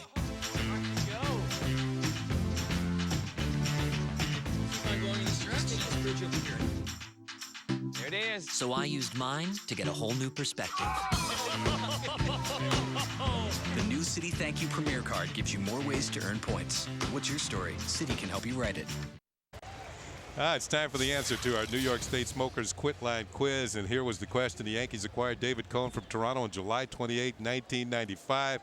For what 3 players? I think this turned out to be a one-sided deal, even though it was 3 for just 1. Marty Jansen, Jason Jarvis, and Mike Gordon. Marty Jansen was a top prospect back then. There were a lot of scouts in the Yankees organization that liked him, didn't want to give him up. But they did. But George Steinbrenner had the final vote. And he wanted David Cohn. And he and Paul Beeston, the great executive for the Blue Jays, got together and made the deal. Adam Lynn leading off for the Jays here in their half of the fourth inning. It's a high, lazy fly ball to left field for Gardner, who puts it away, and there's 1 out. Let's look at the upcoming schedule, brought to you by Excella Express. Enjoy the journey. Well, the Yankees will head down to Tampa Bay following this game, and it's a 4-game series against the Rays. 3 of the 4 games right here on Yes, Tuesday night on My 9. Then the Yankees return home, take on the Oakland A's. The West Coast teams come in, the Oakland A's, and then followed by the Seattle Mariners. Then an off day on the 28th, and the Baltimore Orioles come in. That will be a 4-game series. Makeup game involved there. Here's Encarnacion.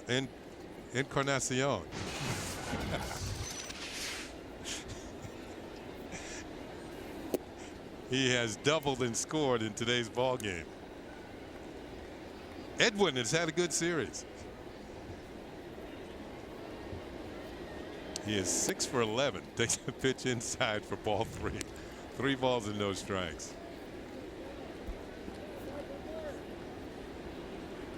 You can see the brain trust of the Yankees on the bench there. Manager Joe Girardi in the middle, sitting between Tony Pena and Larry Rothschild. It's in their first strike. They got to be happy with what's going on with Hughes today. Yeah, they're very happy, and also the fact that the Yankees with a 4 spot in the top of the 4th have staked them a little cushion.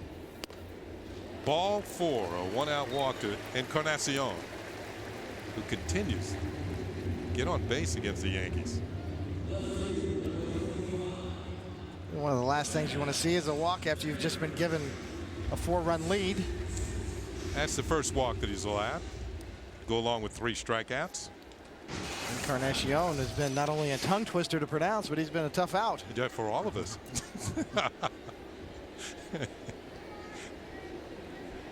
Here's Travis Snyder, who fouls a pitch off for a strike.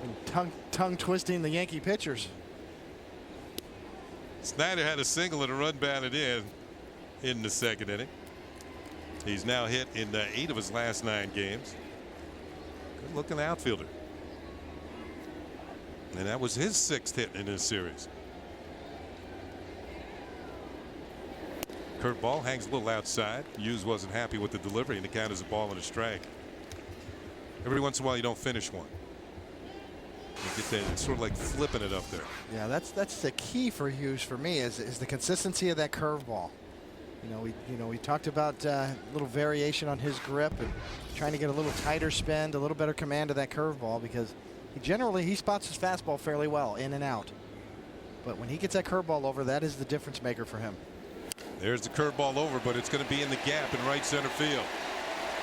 Encarnacion, he's going to score. He's the third and headed home. The ball took a hop over the wall, and he's going to have to go back to third base. So the Blue Jays don't catch the break here as this ball hits the turf and heads over the fence. You can see that it rolls right up, just stays up in the middle of the plate about belt high. And the break is the bounce off the turf, getting over the wall to save a run.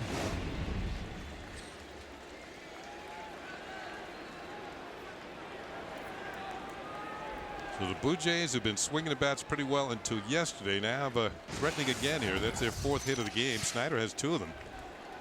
2nd and 3rd and 1 out. And here's Aaron Hill, who flew out to Granderson. And he hits one in the air to right field. Swisher going back. This is going to be deep enough to score Encarnacion from third base. Both runners are going to advance as Snyder heads to third.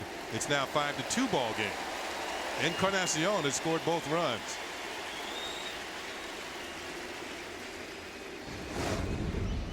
Fighting the sun we talked about in the slow-mo here. The high sky and the hot weather up here in Toronto. It's been a beautiful weekend, and Swisher battling it. Sunglasses, eye block, hand.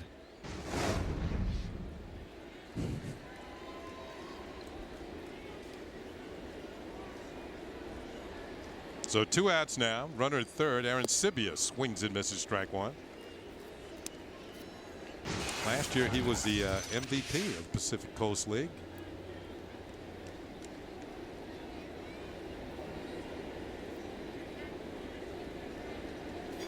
Swing and a miss, strike 2. First game in the big leagues. How about breaking in like this? 4 hits and 2 home runs. Set the bar too high. Yeah, because I think he had like an 0 for 30 after that. Came right back down to earth.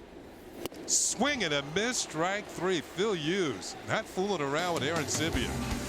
3 straight swings and misses. Blue Jays add 1. It's a 5-2 game.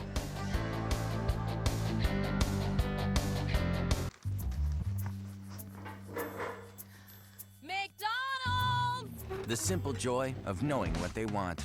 Like a 20-piece McNuggets for just $4.99.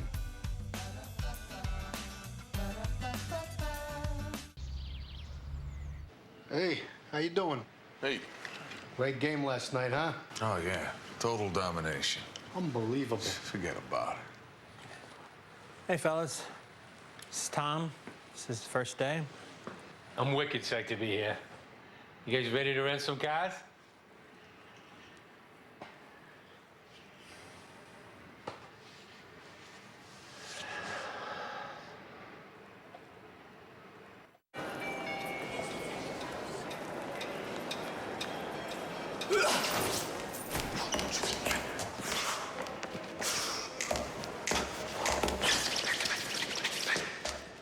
We are!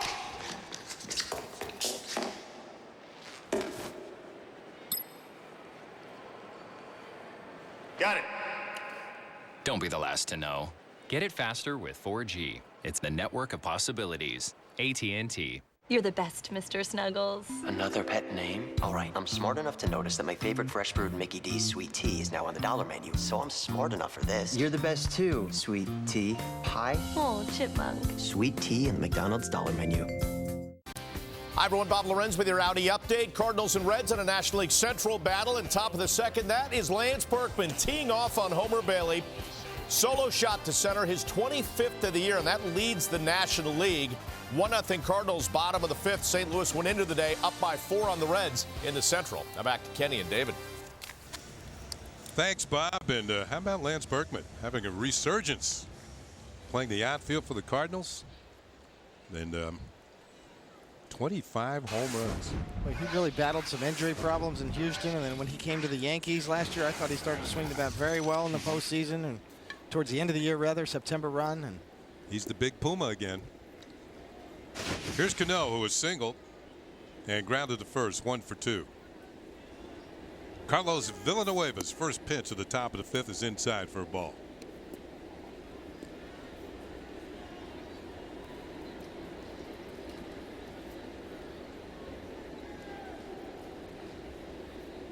Villanueva came in kind of an equal opportunity pitcher. As Cano swings and misses, it's a ball and a strike, change up. Left-handed batters hitting just .217 against him. Right-handed batters only .218.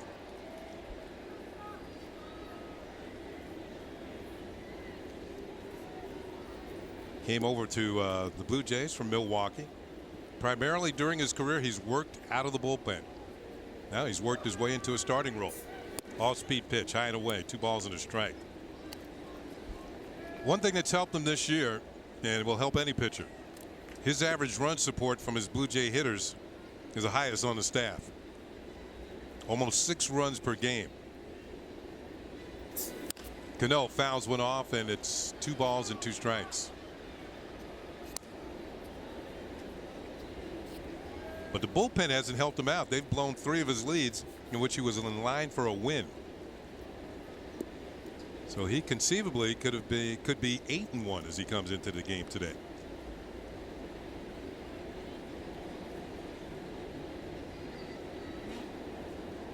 And been even more of a pleasant surprise for John Farrell and the Toronto Blue Jays. yeah, they've struggled at the back end of their bullpen trying to find a closer.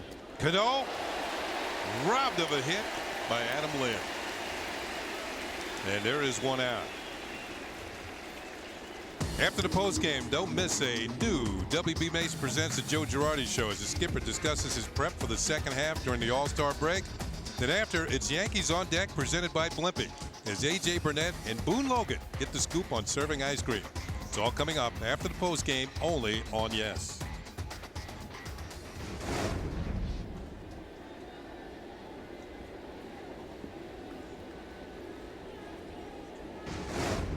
It looked like Phil Mickelson when he won the Masters a few years back.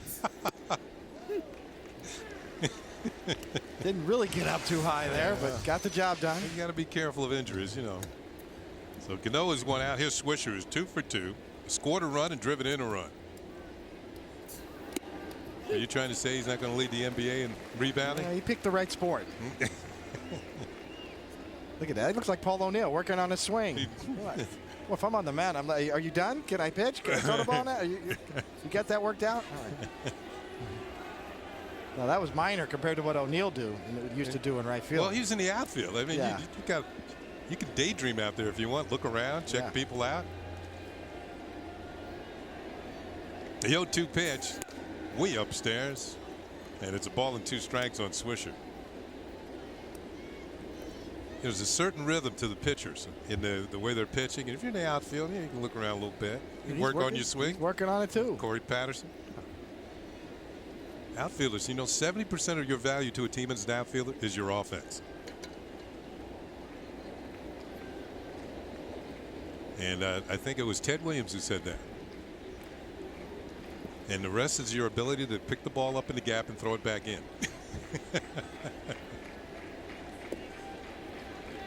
The 1-2 pitch, and Swisher takes it a little bit high. 2 balls and 2 strikes. Pick the ball up in the gap because you weren't paying attention because you were working on your swing.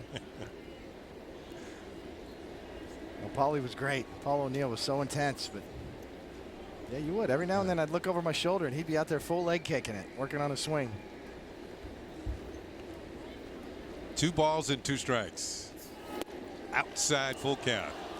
You know, every time that the Yankees, when O'Neill was playing, would go into the ballpark in Arlington, I'm thinking the 3-game series, you might be seeing 9 or 10 hits. He really could hit in that ballpark. Line drives, home runs. Didn't have to work. He worked on his swing while he was hitting.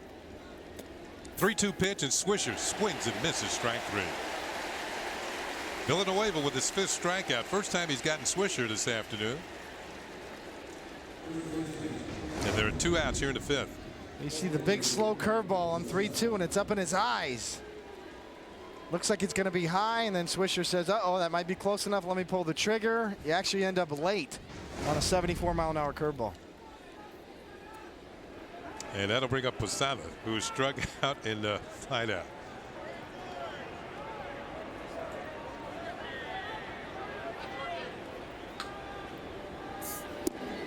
Pitches inside. I don't know if you've ever heard the name Camilo Pascual. Sure. Yeah, great curveball. And there was a story about Don Buford. I think he was with the White Sox at the time. And 3-2 pitch, Pascual threw him that curve, and it looked like it was going to be a ball. As this ball is popped up, can I finish this story, please? And he went to throw his bat away, but then reached for it again, tried to swing at it, and struck out. And Encarnacion makes the catch for the final out. 1-2-3, the Yankees go in the 5th, and they lead by 3.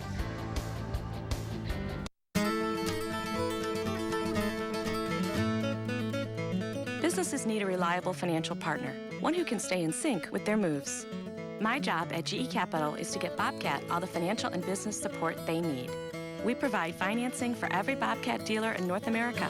Together, we've rolled out over 100,000 machines to small businesses all over the country, so they too can grow. GE Capital, we're there for Bobcat every step of the way.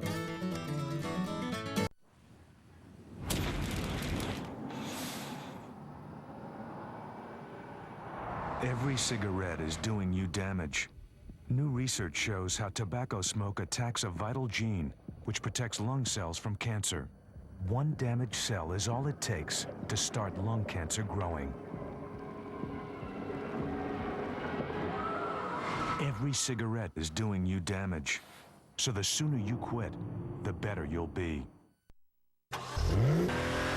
Nissan built a sports car with a 290 horsepower V6, race-inspired paddle shifters, a sophisticated interior, and Nissan's the only one to build a sports car with 4 doors. Right now, lease Maxima, just $279. Visit ChooseNissan.com. Test drive at your local Nissan dealer today. Let's do it again, Dad. Today, on an all-new WB Mason presents the Joe Girardi Show. As he prepares for the second half of the season, Joe reveals how he spent his All-Star break. Plus, the skipper looks ahead to Hope Week and details its importance to him and to the team. It's an all-new Joe Girardi Show, today after the postgame, only on Yes. Hey, it's that type of day here in Toronto. I always thought there should be only one fan to a seat, but well, that's an exception. Looked like she's getting married. 34 degrees at Celsius, which translates to about 94 Fahrenheit. Patterson tries to lay down a bunt. Pena was ready. Throws him out easily at first base. So 1 pitch and 1 out here in the 5th. Pena was on the run as soon as Patterson squared around. It wasn't the best bunt. No, it was. You see it jumped off of his bat. Kind of a gift for Phil Hughes. 1 pitch, a 1 hopper for Pena, an easy play. And the ball came off the turf in chest high hop. That he'll take that every time. 1 out. Top of the order now. Rajai Davis, who has popped up, grounded out 0 for 2. Takes the first pitch, and it is in there for a call strike.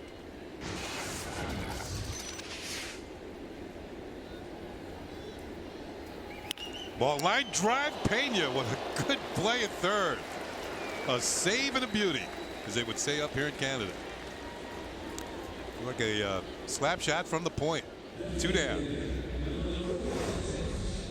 Wow, just a curveball right there. And talk about the scalding weather. This ball is scalded.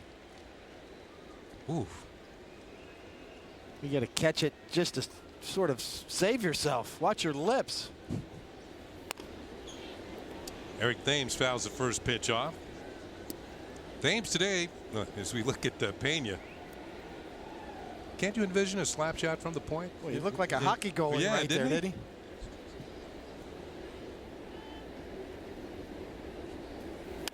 Pitch is fouled off, and it's 0-2. And, you know, in Canada, you always got to give those hockey references every once in a while. National sport. It's their game. This time of year, you even see a lot about hockey on the sports shows here. They can't wait for the things to start freezing. Here's the 0-2 pitch. Swung on it, missed, strike three for the third time.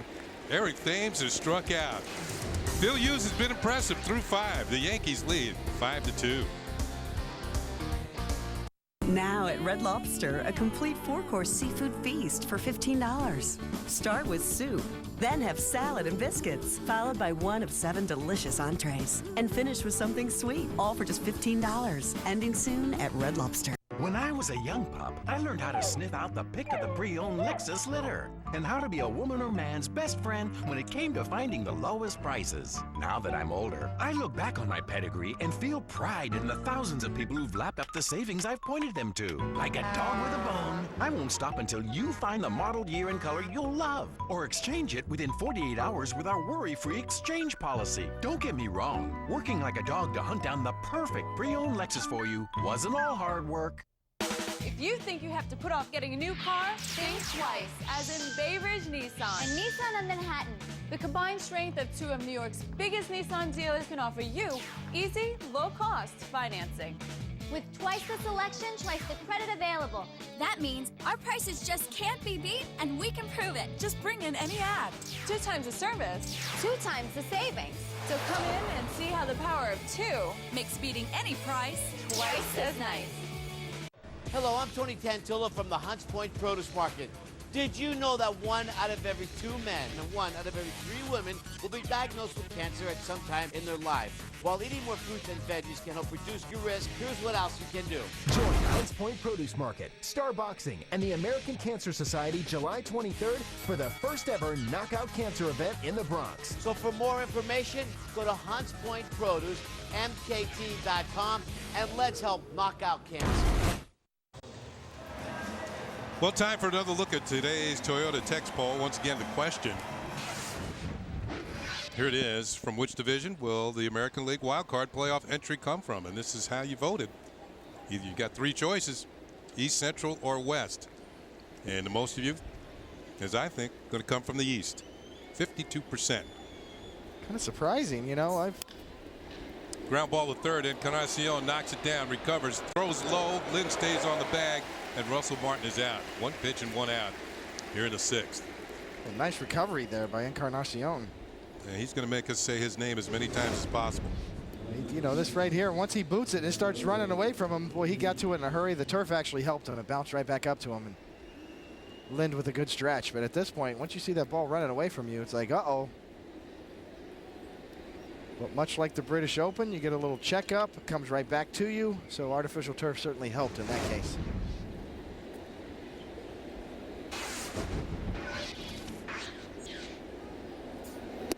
I'm a little surprised with that poll, Kenny. You know, I'm looking at the West a little harder than that. I'm watching the Angels. Certainly, you got to, if you're the Yankees or the Red Sox, and you want to win the division, but Nunez trying to bunt.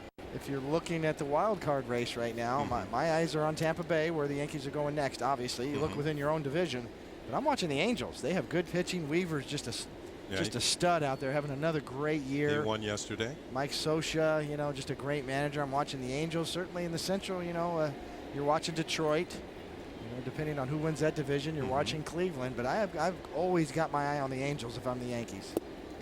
That pitch is outside. The Angels currently 2nd in the West to the Texas Rangers. You know, I'm watching the Angels right now. You see the Rays, the Angels, the Tigers, and of course the Blue Jays. You know, they've got good offense. If the Blue Jays get their pitching to match their offense, they could be a factor as well. But to me, the history of the Angels and the Yankees, I've always got one eye on the Angels. Nunez Foul tips it.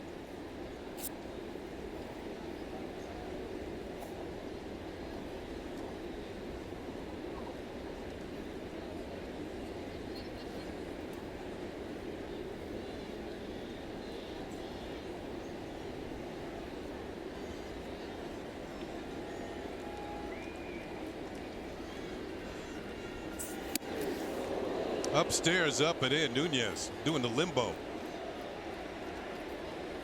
And the count is 2-2. You know what that's from? That's from the swing on the previous pitch. Certainly part of it. You see the four-seam rotation, four-seam fastball. I think this is more of the pitch being up than in. It's head high. Inside once again. The count has gone full at 3-2. Nunez took a big swing on the previous pitch. Almost fell down. Maybe feeling a little too comfortable in there. Exactly. And then the next pitch is up and in. Just to let you know. Old school baseball. This pitch has popped up to the right side. Lynn, on his birthday, is going to make the catch for the out. 2 down.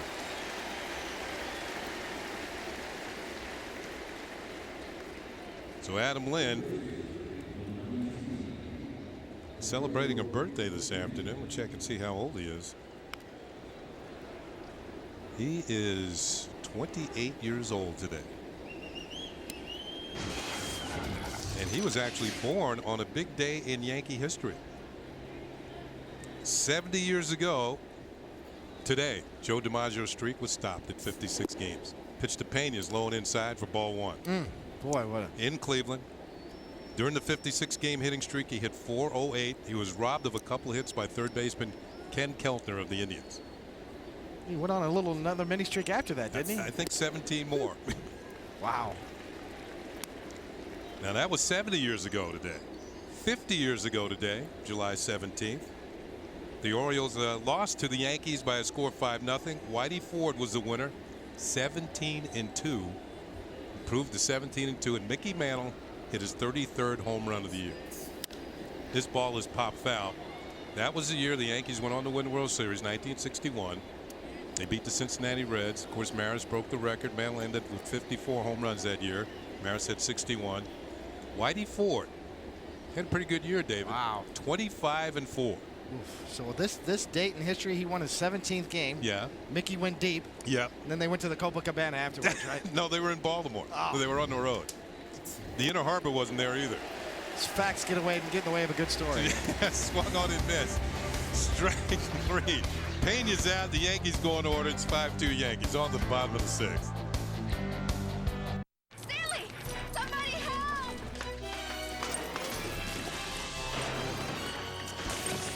My hero! Anyone can be a hero with the new Captain America Cherry Colada from Dunkin'.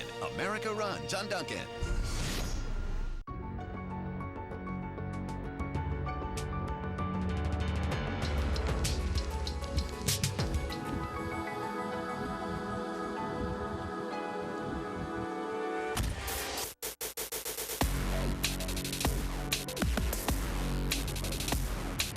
For all that's out there, Range Rover Sport. Attractive lease and finance offers available at your Land Rover retailer. Mine was earned over the South Pacific in 1943. Vietnam, 1967.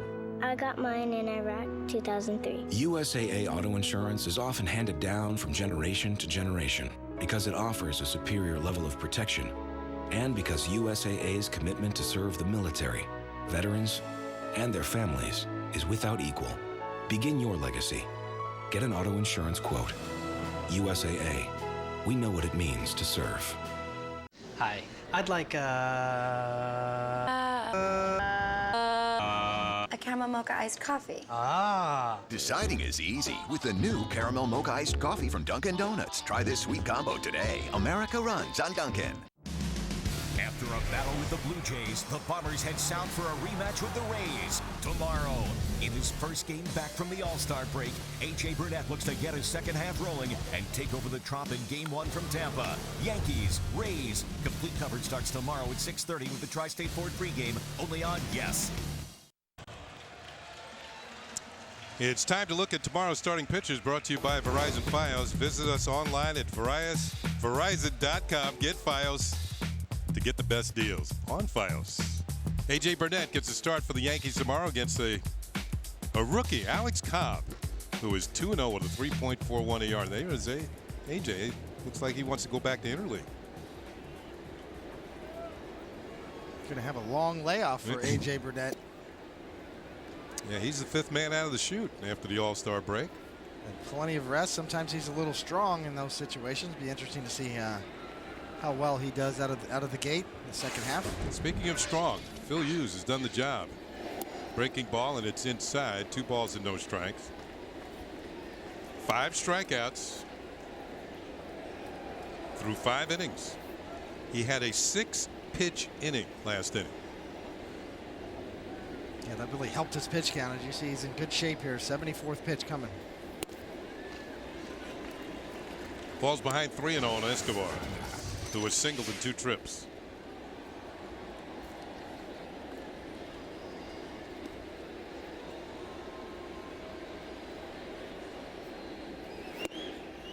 A 4-pitch walk to get things started for the Jays here in the 6th. Escobar's on base for the second time. Second walk handed out by Phil Hughes, and sometimes that can be a red flag for a manager, pitching coach.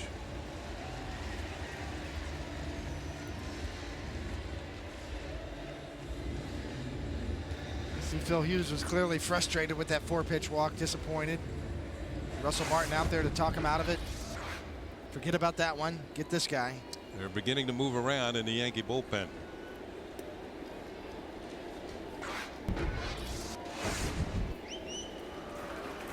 Looks like left-hander Boone Logan stretching things out. Sometimes these throws at first base are called by the bench. That gives the bullpen a little bit more time to warm up. Linda's 0 for 2. He's flied out twice, once to right, once to left. And he takes a strike.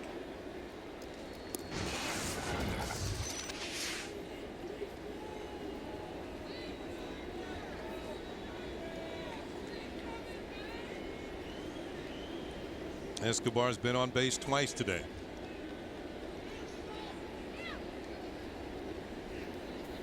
Curveball hit in the air to right field, hit pretty well.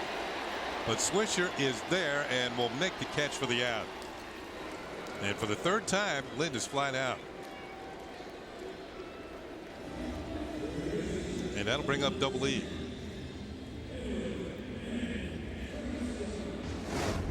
Let's go to the Coors Light freeze cam and see contact here, David.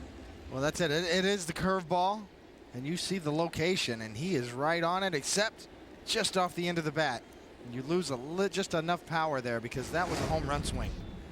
The angle of the bat, everything was in line for him to hit a home run except for the location on the bat. This time, Encarnacion is going to be retired. He pops up to the right side for Cano, who ranges into Posada territory and makes the play.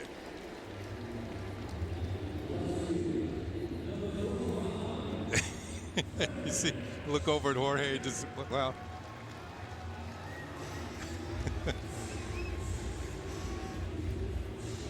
There are 2 outs, nonetheless.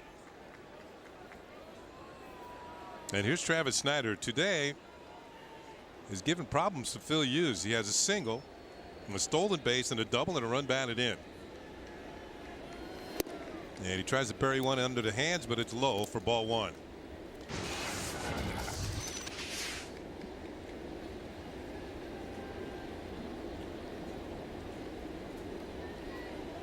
Snyder much more productive. He started the year with the Blue Jays. In fact, he was here the first series we were in town back in April.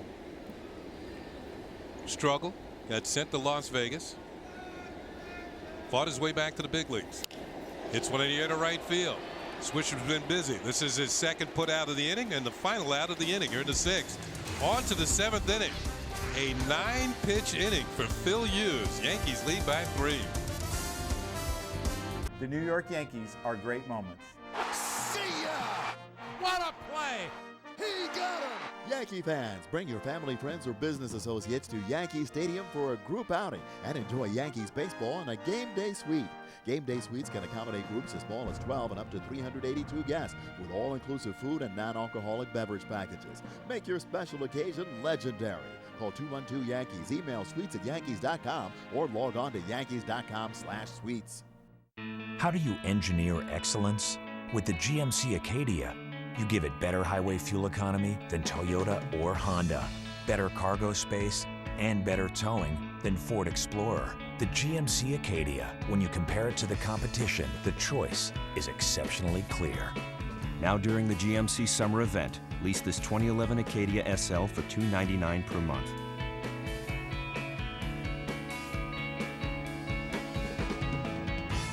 Wait. You're a Yankee fan. Ladies, here, it's for the game. Nice swing.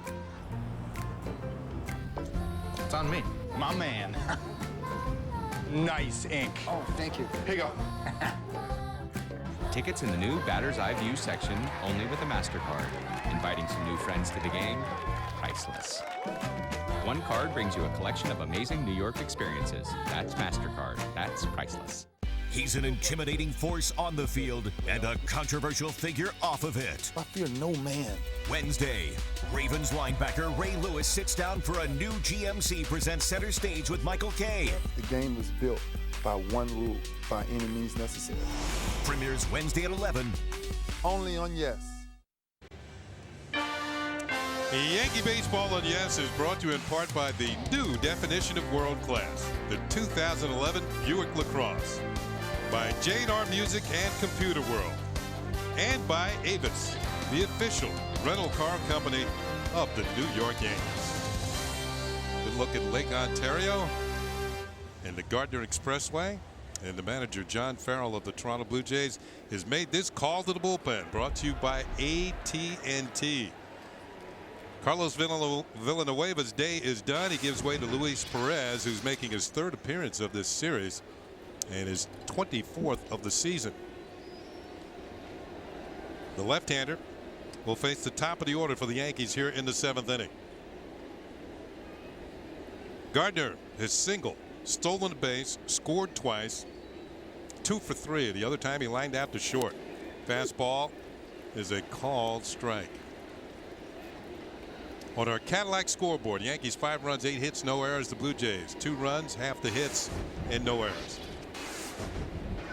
Gardner, Granderson, and Teixeira for the Yankees. They're in the 7th. Little chopper foul. It's no balls and 2 strikes. Yeah, you get the feeling that the Blue Jays can't wait for Brett Gardner to get out of town. They've probably seen just about enough of him running around this stadium. Quite a series for Brett Gardner up here in Toronto. Yeah, last time he showed off his speed, scoring all the way from first base on a double by Curtis Granderson. His speed has been evident throughout this series.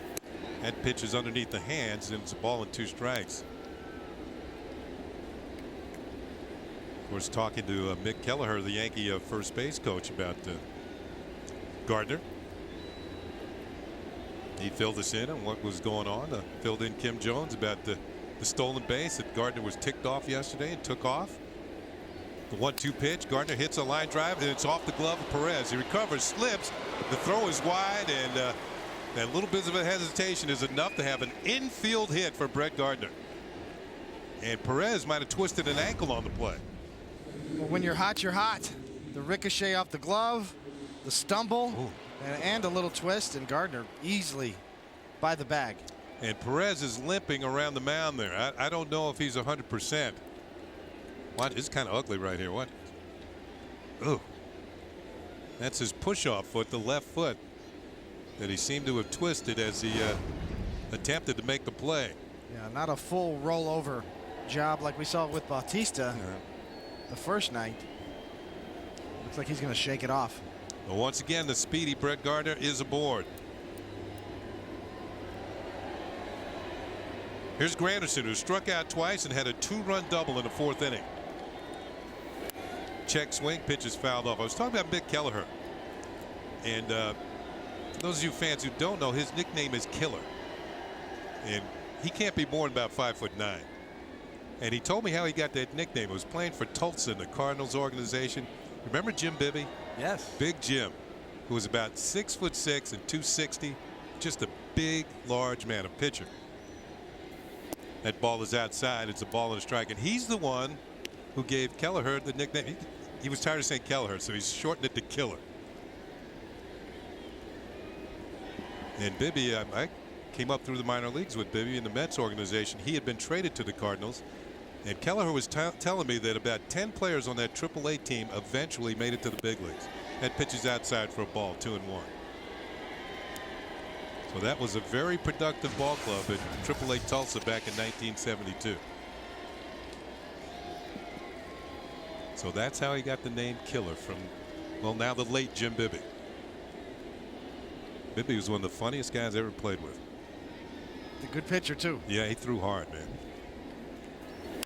Pitch is hit on the ground hard. Hill has it. Escobar for one and no chance to get the double play. Looked like that was a little off kilter there somehow. So Gardner's erased at second. Not quite as speedy, but still some good speed at first and Granderson. Well, this is tailor-made, but it's a hot potato. As you can see, Hill can't quite get the handle on it. Hesitates enough. Can still get Gardner, but not Granderson.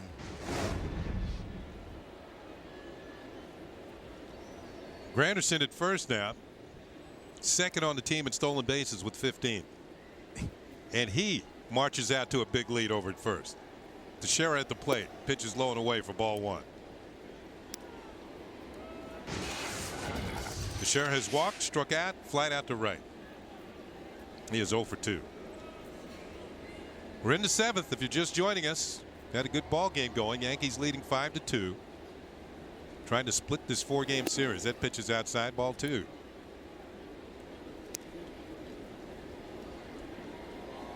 And split it the hard way, dropping the first 2 and then trying to fight back against John Farrell's Toronto Blue Jays, who've been around the 500 mark for a while. Right now, the Blue Jays 1 game under. Teixeira has a good swing, but got on top of it. And it's 2 balls and a strike.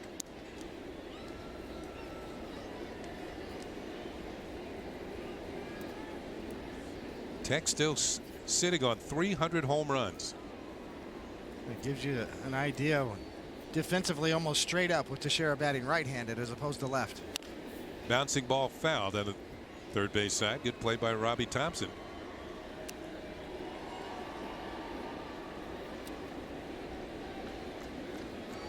Granderson aboard with 1 out. Teixeira's left-handed swing, obviously switch hitters. You see the defense with Granderson on first base, but still pretty straight up even in the outfield as well. Teixeira much more apt to go the other way batting right-handed, but his left-handed swing is tailor-made for Yankee Stadium in the short porch. Ball is hit towards the middle, and it's going to be through into center field for a base hit. Granderson turns at second, will head to third, and the Yankees will have runners on the corners with 1 out. Just underneath the glove of the diving Escobar. It is, and you watch Teixeira hits this ball well, but on the ground, but it's going to scoot on that turf. It gets on the carpet, stays down low. And on the slow-mo, you see the dive, and it's hugging the ground right on by. As a hitter, you'd love to see that. Pitching coach Bruce Walton out to the mound as Cano will come to the plate. The Yankees trying to tack on here in the later innings. We're in the 7th, and they lead 5-2. And Cano will come to the plate with runners at first and third. Now, in the opening game of the series, I believe it was,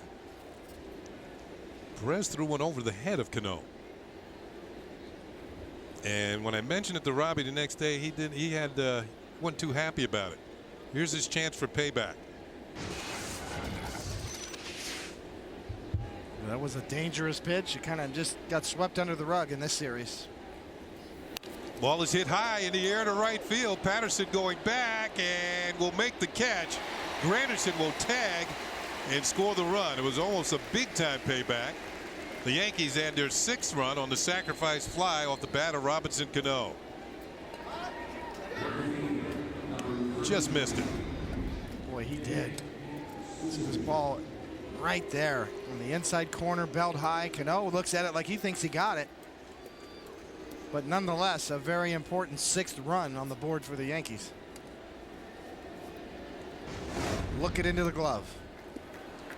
Granderson scores. And he's done that better than any player in the league this year. That is his 82nd run of the year. Here's Swisher now batting right-handed, and he takes a pitch low for a ball. Yankees with a run in the first, 4 in the 4th, and 1 more here in the 7th. Swisher's average continues to climb as you see Phil Hughes still very much in this ball game. Going to go out probably for the 7th inning. That's in there for a strike to Swisher.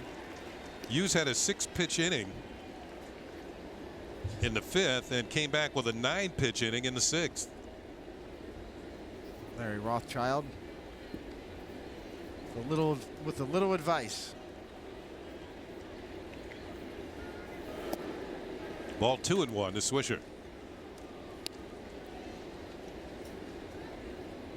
Mel Stoudemire, my pitching coach, both with the Mets and the Yankees, he didn't like to do this during the game. If you're very much in the game, you see he's talking mechanics and sequences and rolling his hand over about curveballs. And if I was still in the game, I didn't want that.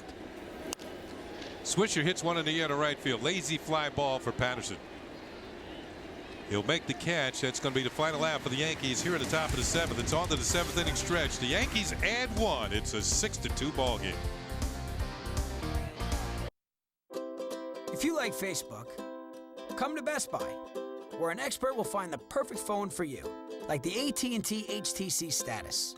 It lets you post instantly to Facebook with the push of a button. And it's just $49.99, with no mail-in rebates.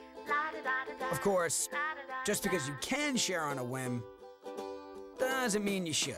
The AT&T HTC Status, only $49.99 at Best Buy. A tablet a day and I was limitless.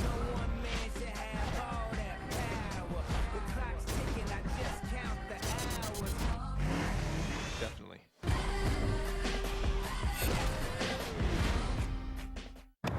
Jeter? The guy's got an edge. Derek Jeter? That guy's got an edge. Oh, definitely an edge. He's got an edge. Totally. Porque él tiene un edge. Jeter, you know he's got an edge. He so has an edge. He's got an edge, baby. And I got it with this cool panoramic Vista roof. Now lease an edge with Sync and My Ford Touch for just $199 a month. Just $199. Unbelievable. I've never seen anything like it. Only at your Tri-State Ford dealer. Hi, everyone. Bob Lorenz with the Tri-State Ford update. Pirates and Astros. And Pirates, we know, a surprise team up 2-1 over the Stros until Jeff Keppinger lines one off Kevin Correa and gone. 2-run shot that gives the Astros a 3-2 lead right now in the 4th inning. Pirates come into the day just 1 back of the Cardinals in the Central. Been nearly a month since they lost a series. They're in danger of that, guys. Well, Bob Lorenz has it all covered, including the Pittsburgh Pirates. You're looking at Phil Hughes, and it's time for the GE Capital partner play. Great partnerships are built on trust at GE Capital. We prove that every day. Russell Martin and Phil Hughes. As Hughes on the day. Good backdoor curveball there. A little sharper look to that curveball. As you see, gets Aaron Sebia there with a sharp one, and then the fastball in. He got swings and misses with that fastball today. That's the impressive part. Up and away. So that's the life on that fastball that's come back for Phil Hughes. More swings and misses today. A nice outing for Phil Hughes. He's got to feel good about it. 6 innings, 2 runs, 4 hits, 5 strikeouts, a couple of walks, and he's on the right end of a 6-2 score. And he gives way to Corey Wade, who will come in and face Hill, Aaron Sebia, and Patterson. Bottom third of the order here in the 7th inning. Good numbers for Wade thus far. And he deals a strike to Aaron Hill, who was flied to left, then had a sacrifice fly.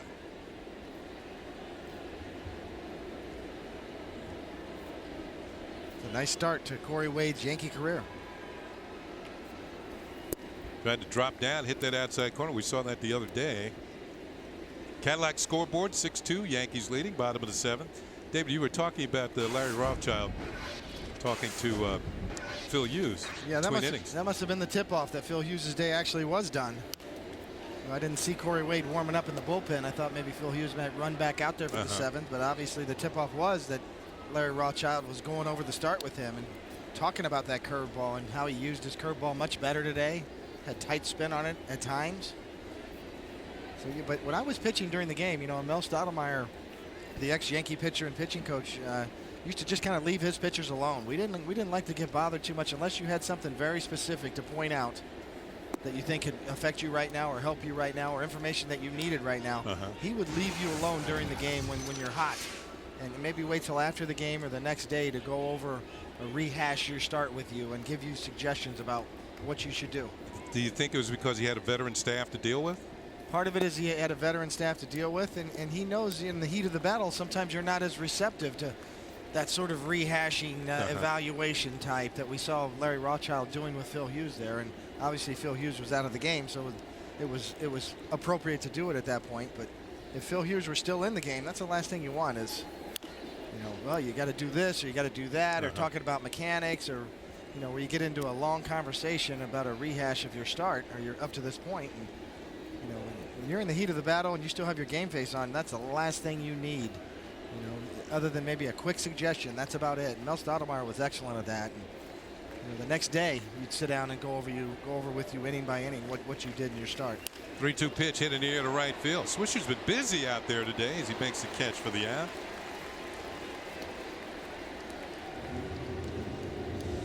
He's an intimidating force on the field and a controversial figure off of it.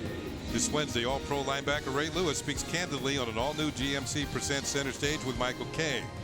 His story is equal parts triumph and tragedy, and it's never been told like this. It's a new Center Stage Wednesday at 11, only on Yes. Ray Lewis of the Baltimore Ravens. There's a pitch for a call strike to Aaron Sibia, who could do nothing with Phil Hughes today. Hughes struck him out twice.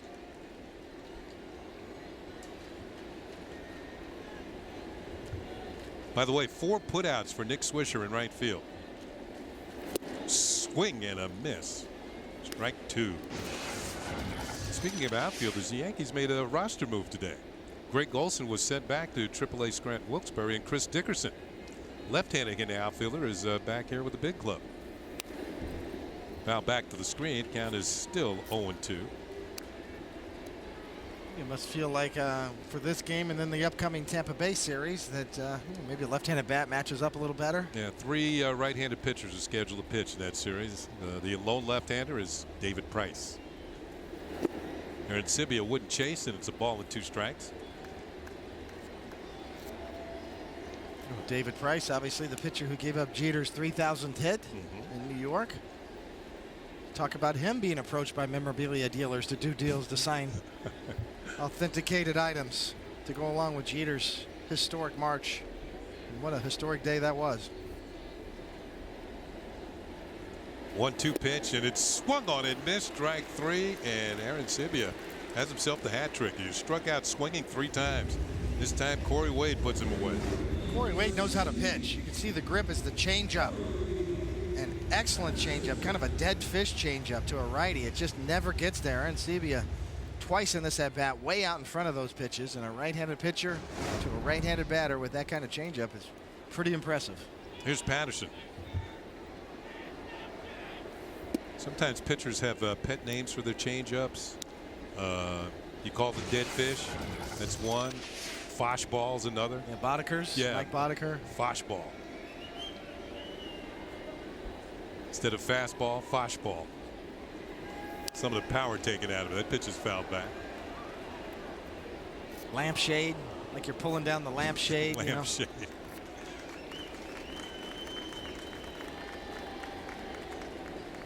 The changeup and the wrist action on the changeup is really almost kind of like you're pulling back on it, like you're reaching up for a lampshade and pulling it straight down. And what that does is give you backspin and rotation and take some of the velocity off of it, but yet you still retain that fastball spin.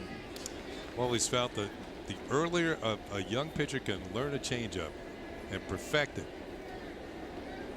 that's becoming like the new slider. I mean, just hitters look really silly when you throw good ones. There it is again from Corey Wade, and really it's about selling it. Like a used car salesman, you're selling that you're throwing a fastball.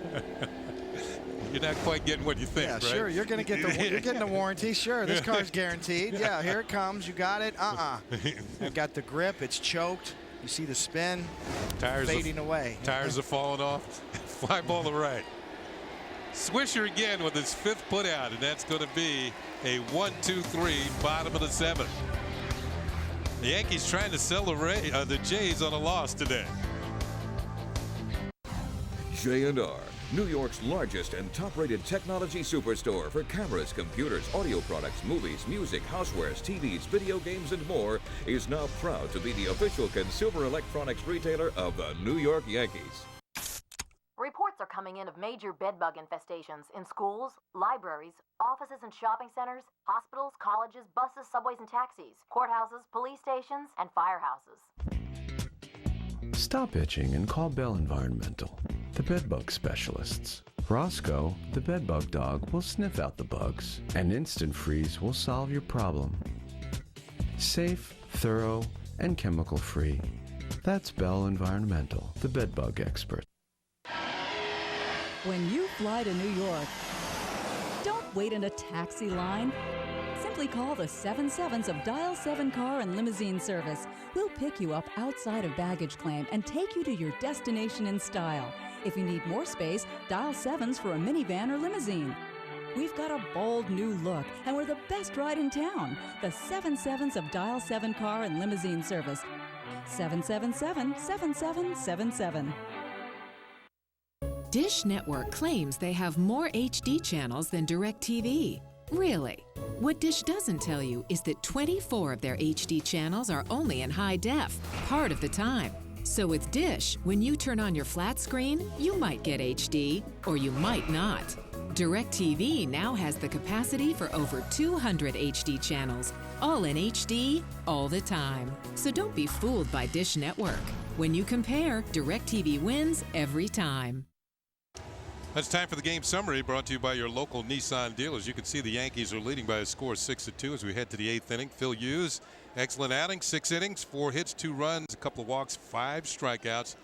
Gardner, another 3-hit game, his 3rd 3-hit game of this series, 3 for 4, 2 runs scored, and a stolen base. And Granderson, 1 for 4, but that one was a big one, a 2-run double with 2 outs. Here's Posada batting right-handed against Luis Perez and takes a pitch high for a ball. Jorge today is 0 for 3. Our Hyundai scoreboard. Yankees with 10 hits. Blue Jays with just 4. Bouncing ball towards third. Encarnacion from behind the bag loads up and throws, and Posada's out number 1 here in the 8th inning.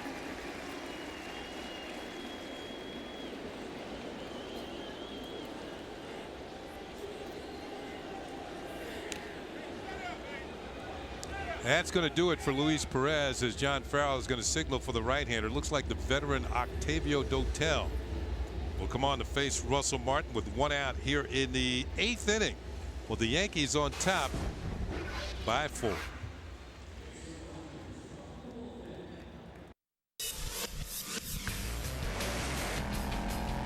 "125 years ago, we invented the automobile.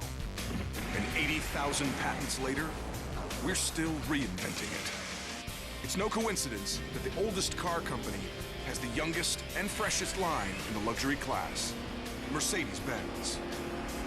See your authorized Mercedes-Benz dealer for exceptional offers on the C-Class.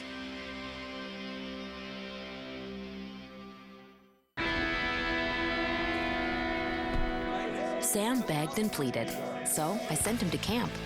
We'd earn lots of points with our new city thank you card. And I put them to good use. He told me about his bunkmates and how he signs up for every activity. He even hangs out with the camp director. Just like that. The new City Thank You Premier Card gives you more ways to earn points. What's your story? City can help you write it. Nissan built a sports car with a 290 horsepower V6, race-inspired paddle shifters, a sophisticated interior, and Nissan's the only one to build a sports car with 4 doors.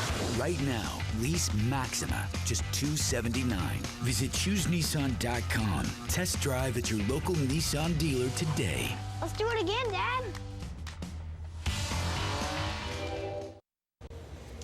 Well, fans, tonight catch a new Memories of the Game presented by Yankees Steiner as reliever David Robertson visits the MLB Fan Cave for an exclusive interview. Plus a look at Derek Jeter's 3,000 hit memorabilia and Brandon Steiner values items brought to the Fan Cave. It's a new Memories of the Game. That's tonight at 7, and it's only on Yes. There is the captain. Got an afternoon off. To this point, Yankees up by a score of 6-2. Russell Martin's going to lead it off. Martin had a double and an RBI and a run score in the 4th and is also grounded to 3rd. Octavio Dotel gives him visitation rights. It's ball 1. The veteran appeared in the 2nd game of this series. And those are his numbers. Still get strikeouts, 28 and 26 innings.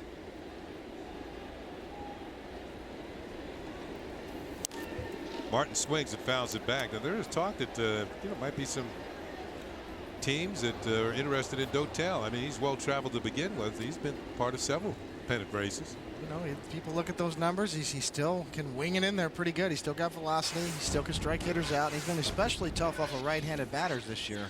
Just 10 for 60 they are against him for a 167 average.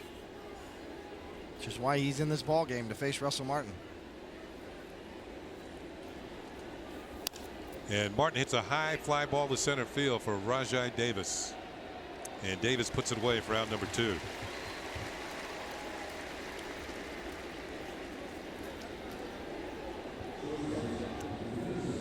Here's Nunez. Eduardo is 1 for 3 with a single. That was in the 4th. The Yankees scored 4 runs. He scored 1 of them.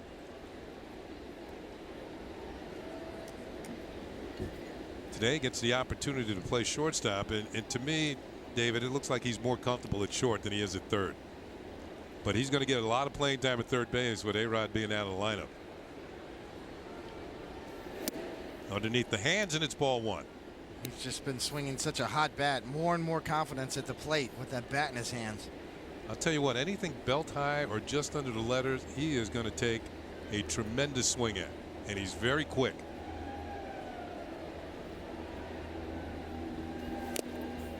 Pitch is fouled back. He doesn't get cheated either.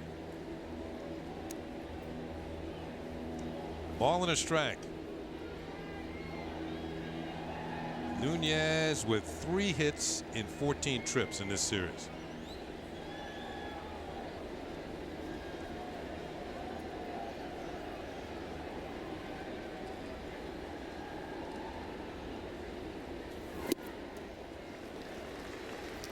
Another big rip. Didn't get it that time.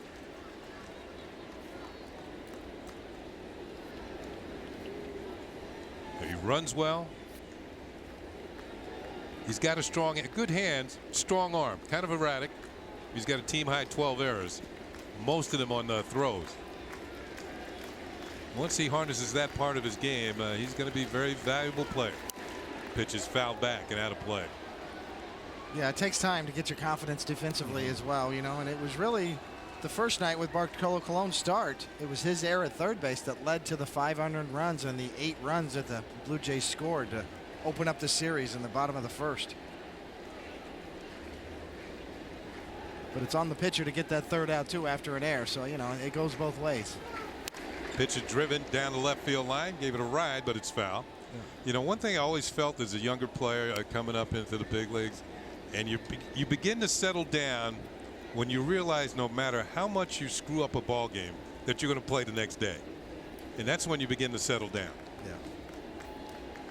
You know, and we've talked about this before, Kenny. Even those were 500 runs, and Nunez's error would have been the 3rd out. Swing and a miss. It is the 3rd out here as he strikes out. You got to get your outs as a pitcher. Yeah. So we're going to go to the bottom of the 8th. Yankees leading 6-2. How do you engineer excellence? With the GMC Acadia, you give it better highway fuel economy than Toyota or Honda, better cargo space, and better towing than Ford Explorer. The GMC Acadia, when you compare it to the competition, the choice is exceptionally clear. Now during the GMC summer event, lease this 2011 Acadia SL for $299 per month.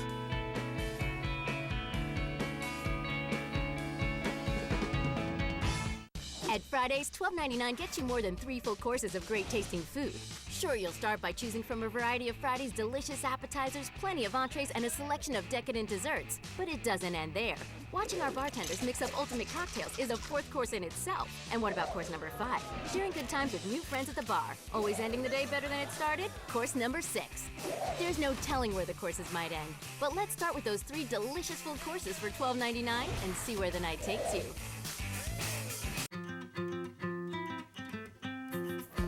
I know you're worried about making your savings last and having enough income when you retire. That's why I'm here. To help come up with a plan and get you on the right path. I have more than 1,000 Fidelity experts working with me so that I can work one-on-one with you. It's your green line. But I'll be there every step of the way. Call or come in and talk with us today. WB Mason's Buy Right program features the office supply brands you want at prices you'll love. Like Avery self-adhesive name badges that won't curl up or fall off. For all your office needs, who but WB Mason? Well, tonight after the game, the Yankees are headed back to the USA. And tomorrow the division race heats up as the Yankees travel to Tampa, begin a 4-game set with Evan Longoria and the Rays. Coverage starts at 6:30 with the Tri-State Ford pregame. And David Cohn and I have all the action. Yankees Rays, it all starts tomorrow at 6:30 only on Yes. Chris Dickerson will take over in right field. Nick Swisher has changed positions. He's now at first base. He replaces Jorge Posada. So Joe Girardi tightening up the defense, and he also has made a change on the mound. David Robertson comes in to do the pitching. The all-star David Robertson. And those are all-star numbers, particularly the 56 strikeouts in 35 1/3 innings. He will get the top of the order for the Jays here in the bottom of the 8th. So ridiculous strikeout numbers. They really are. He's really had that working his whole career. The day he stepped into a New York Yankee uniform, he has been a strikeout machine. Hyundai scoreboard 6-2 Yankees, and Davis swings at the first pitch and he's late, fouls it back, strike 1. Davis today has been kept off base. He's popped up, grounded out, and lined out. The line shot was a bullet to the third baseman Ramiro Pena, who somehow flagged it down.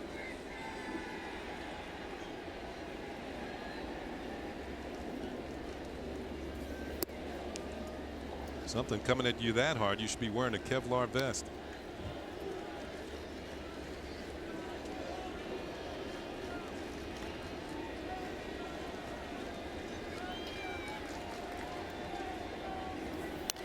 Fouled off late once again on the fastball.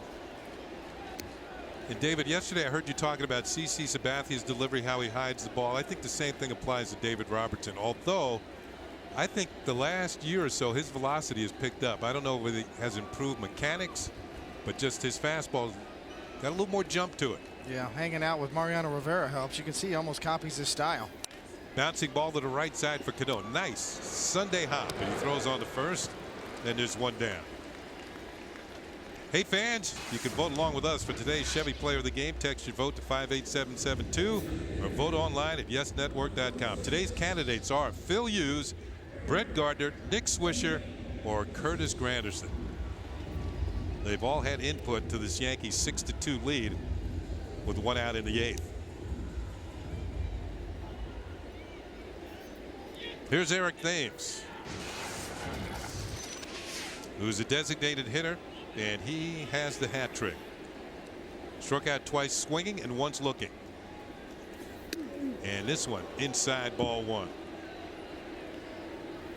To finish that point, Kenny, you were talking about Robertson's style. I mean, look at the way he sets up on the mound. How similar does that look like Rivera? The same place on the rubber, the same closed stance, and progressively holds the glove the same way. Holds the glove right the same the way. Keeps that left shoulder closed a long time and has the same type of cutting action on his fastball now. Bouncing ball, high chopper to Swisher. He's going to have to flip the Robertson covering. He does, and there are 2 outs here in the 8th. A couple of ground ball outs. And that will leave it up to the shortstop, Yunel Escobar. When you get them here side by side, look at that delivery, look at the leg kick, the extension of the leg and down, and the type of action on the fastball, almost cutting type four-seam action. David Robertson, pretty smart to copy Mariano Rivera. He's been in his hip pocket for the last few years, and Mariano Rivera loves him. Says that this kid is on to bigger and better things. He really thinks he's special, and I think he's right. Escobar takes one outside. Do you think he has a closer material? Well, I think he's working his way towards the day whenever that man right there decides to hang him up. Who knows when that's going to be? But yes, David Robertson is certainly on the trajectory to be a closer. There's a strike, 1-1 to Escobar. Escobar today is, well, throughout this series, I should say, it's been a tough out for the Yankees. His average stands at .299. He's been on base twice today with a single and a walk. He had 7 hits in this series. Tried to check a swing there, goes around too far, and it's 1-2. Like that one. Good curveball right there. He's got a nasty hook. Gets a phone booth swing here. Keep track of these. Watch this swing like he's swinging in a phone booth. You got no room to extend your arms. And you might break the glass. You don't see many phone booths nowadays, do you? Not too many around. They're kind of disappearing. There's a little cutter outside. And it's 2-2. Everybody's got their own personal phone booth they carry around with them. Either the phone booth swing or the underwater swing, like you're swinging in a swimming pool. Yeah, what would Superman do in this day and age? And no place to change. Yeah, exactly. 2-2 pitch. Robertson trying to act like Superman here and have a 1-2-3 inning in the bottom of the 8th. Count has run full on Yunel Escobar, who has increased a hitting streak to 5 consecutive games with that single back in the first inning. So David Robertson's one of 5 pitchers all time with at least 10 Ks per 9 innings pitched. In his first 3 seasons in the big leagues, Dick Radich, Troy Percival, Mark Pryor, Takahashi Saito, the only 5 pitchers in the history of the game to do that in their first 3 seasons. Average over 10 strikeouts per 9 innings your first 3 seasons. Dick Radich was known as the monster. 3-2 pitch. Swung on it, missed, strike 3. Add another strikeout to the total for David Robertson. A 1-2-3, bottom of the 8th. Yankees going to the 9th. Ramiro Pena is going to lead it off. Yankees lead by a score of 6-2. Escobar back to the bench.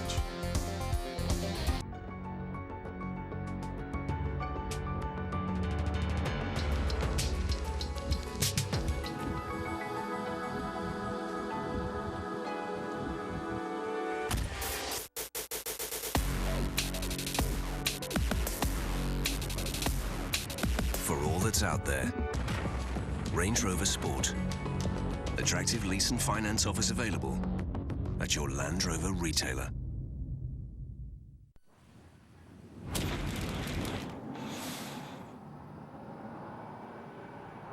Every cigarette is doing you damage. New research shows how tobacco smoke attacks a vital gene, which protects lung cells from cancer. One damaged cell is all it takes to start lung cancer growing. Every cigarette is doing you damage. So the sooner you quit, the better you'll be. Call her. Okay. Hey. You haven't left yet. No, I'm boarding now. What's up? Would you mind doing it again? Last time. Oh.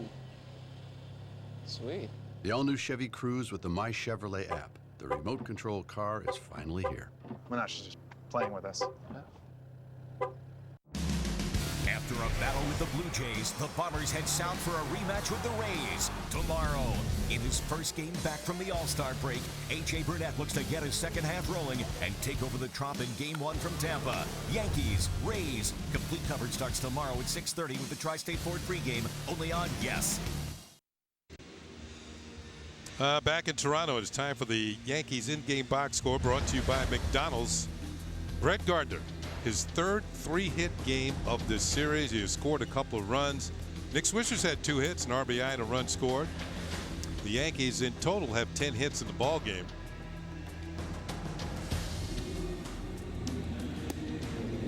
And there is Kevin Long, the hitting coach, and he's going over the new pitcher, Jason Frazier, for Ramiro Pena, who's going to lead it off. Curtis Granderson and Brett Gardner with a chance for another hit.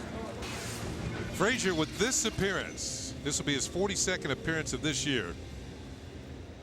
But he now has had more appearances than any other Blue Jay in history as he passes Dwayne Ward on the all-time appearance list.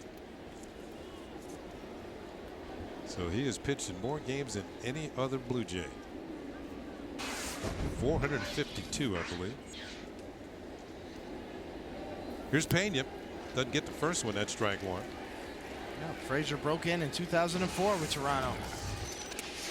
And was a workhorse from day one. 63 games he appeared in 2004. And pretty much straight through, he's been a consistent performer for the Blue Jays. Yeah, shorter than 1. It's 453 appearances now, and that puts Dwayne Ward in the rearview mirror by 1 ball game. Bouncing ball, and it's foul off the bat of Pena. No balls and 2 strikes. Ramiro has driven and run today. He did that in the 4th inning, a sacrifice fly. He's also flied to right and struck out.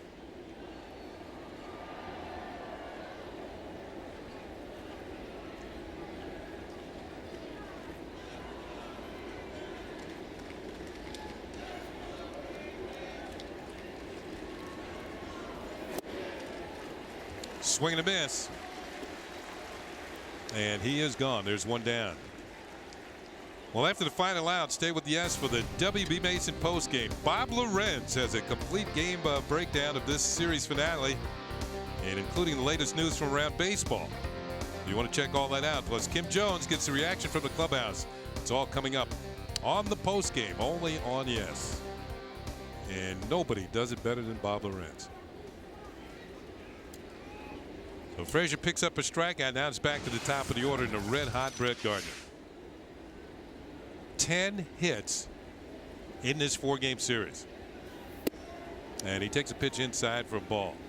He scored a couple of runs today, stolen his 25th base, and generally has showed off his speed in these 4 games. His average back up to 286. Outside, and it's 2 balls and no strikes.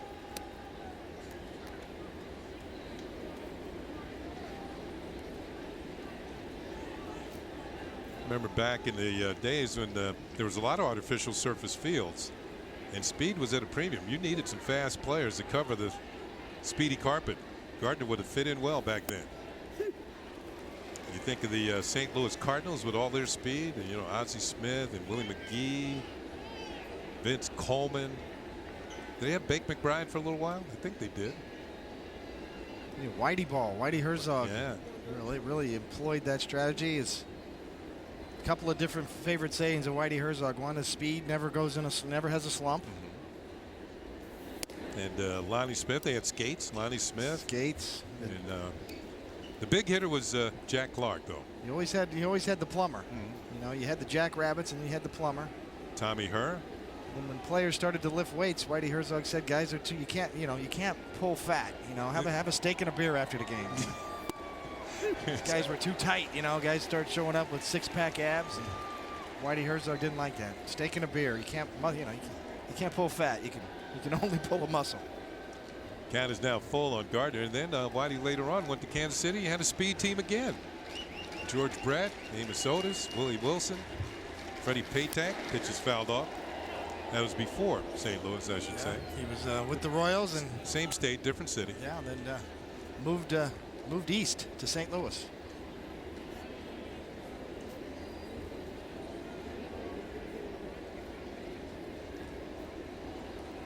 And Whitey Herzog now in the Hall of Fame. He was director of player personnel when I was coming up with the Mets. And it seemed whenever he came to town, I got red hot. That pitch is low for ball 4, and Gardner is on base again. So let's see if he's trying to pick up his second steal of the game. Let's look out at the Yankee bullpen. Anything going on out there? That is Hector Noese. Looks like Boone Logan stopping to get a drink. The Blue Jays have 2 left-handed hitters scheduled for next inning, Lind and Snyder, in between Encarnacion. Obviously, the Yankees with a 4-run lead is a non-save situation. Would love to add an extra run here for a little more cushion. Look for Brett Gardner to try to push the system and maybe steal a bag again here.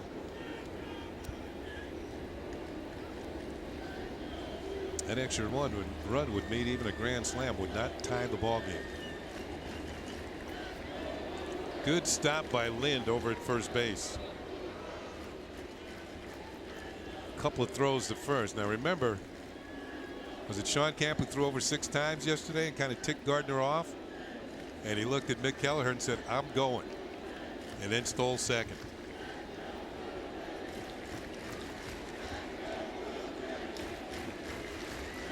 One of the best things you can do as a pitcher is just to hold the ball, variate your delivery rather than throw over 5 times in a row. Pitch out, nothing doing. Kim Jones got the lowdown on that particular situation with Brett Gardner.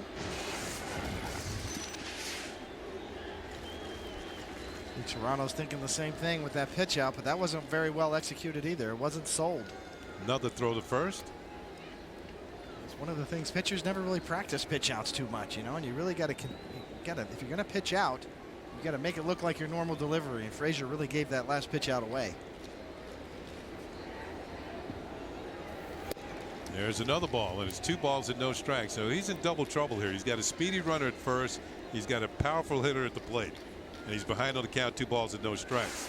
And this is where a runner like Gardner can really distract the pitcher. All of a sudden he's behind on the count. I got to come in with a strike. This guy on first, I might look around. He'll be on second. Yeah, sometimes on the mound you get so frustrated you're like, go ahead and go already. Just get it over with. Put me out of my misery. Pressure's on the rookie catcher Arancibia. Key here though is Granderson might hit a home run on a mistake because of that distraction. There he goes, and the pitch is low for a ball, not even a throw. Stolen base number 26 for Brett Gardner. Well, Frazier high leg kick, very slow to home plate. Gardner almost halfway there. Arancibia just sticks it in his back pocket.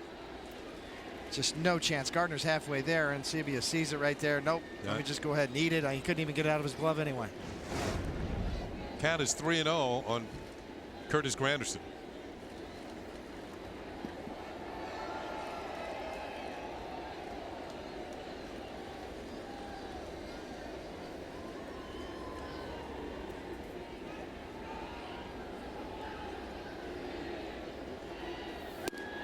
And he's taking all the way, and it's in there for a call strike.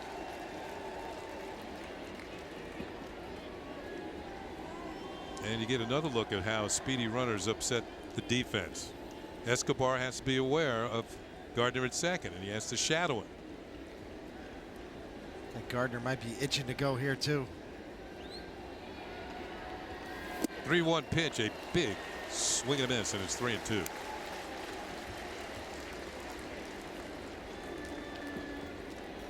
Granderson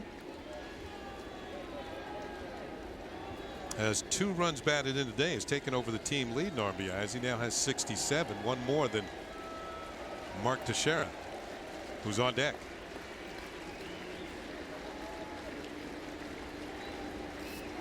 Always felt when I got to 70 runs batted in, the countdown was on. Trying to get to that century mark.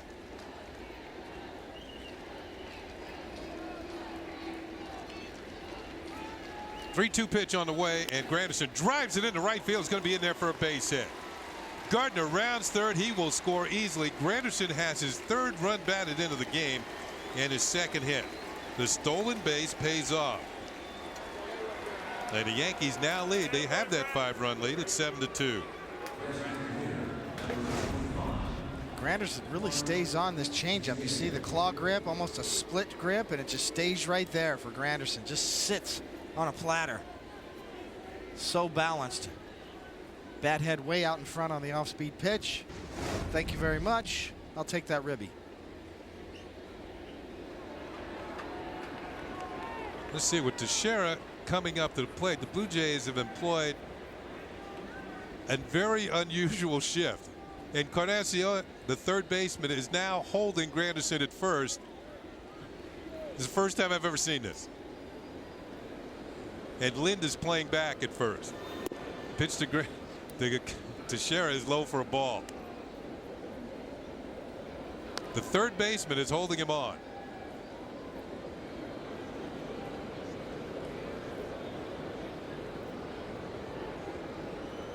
Talk about reinventing the wheel. Some managers like to do that, but it actually kind of makes sense. You know, third baseman more used to playing in the hot corner, and you see with the right-handed throwing third baseman Encarnacion, his glove hand. You see, here he's going to go. The third baseman's going to come across the field and move to first base, and therefore the first baseman can move back. The left-handed throwing first baseman, now the gloves on his right hand, he can cover the hole. Ball hit in the air to left field, it's not going to matter. Encarnacion could go back to third base as the ball is caught by Snyder for the second out. Teixeira now 1 for 4. That was interesting. It actually kind of made sense if you think about it, because the third baseman's used to playing up, used to playing the hot corner, so he was going to hold the runner at first and play in close, and the first baseman could get back, and the gloves kind of matched up on the hands, you know.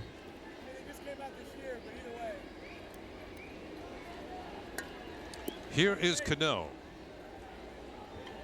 And Robinson is 1 for 3. Had an RBI on a sacrifice fly. And that was in the 7th inning. Now they're not holding Granderson at first. As Cano takes one outside for a ball. We're in the top half of the 9th inning. Here at Rogers Center, the Yankees looking for the split of this series with a victory today. They got a good pitching performance from starter Phil Hughes, and that's very important into the second half of the season.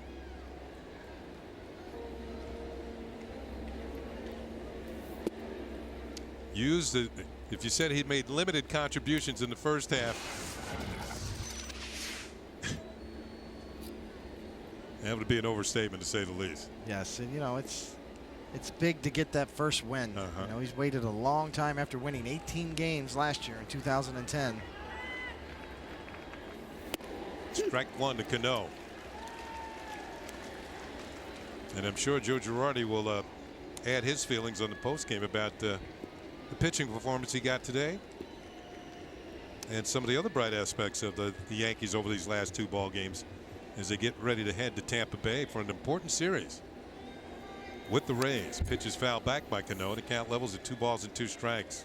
Well, he's got 2 decent starts to build on now. This one he's in line to win. The last one in Cleveland after a tough first inning. Finished up nicely. Just gave up 2 runs in 5 innings in his first start. Today 6 innings. Had more swings and misses today. 5 strikeouts. Good fastball. Good life. There were several hitters in the Blue Jays lineup couldn't deal with him. Thames struck out 3 times. Aaron Sibia 3 times.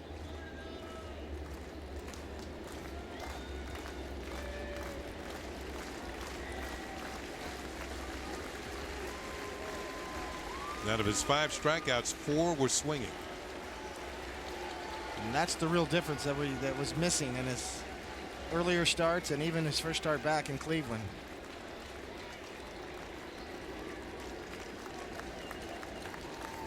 Cano swings and misses, and that's going to do it for the Yankees here in the 9th inning. They add another run.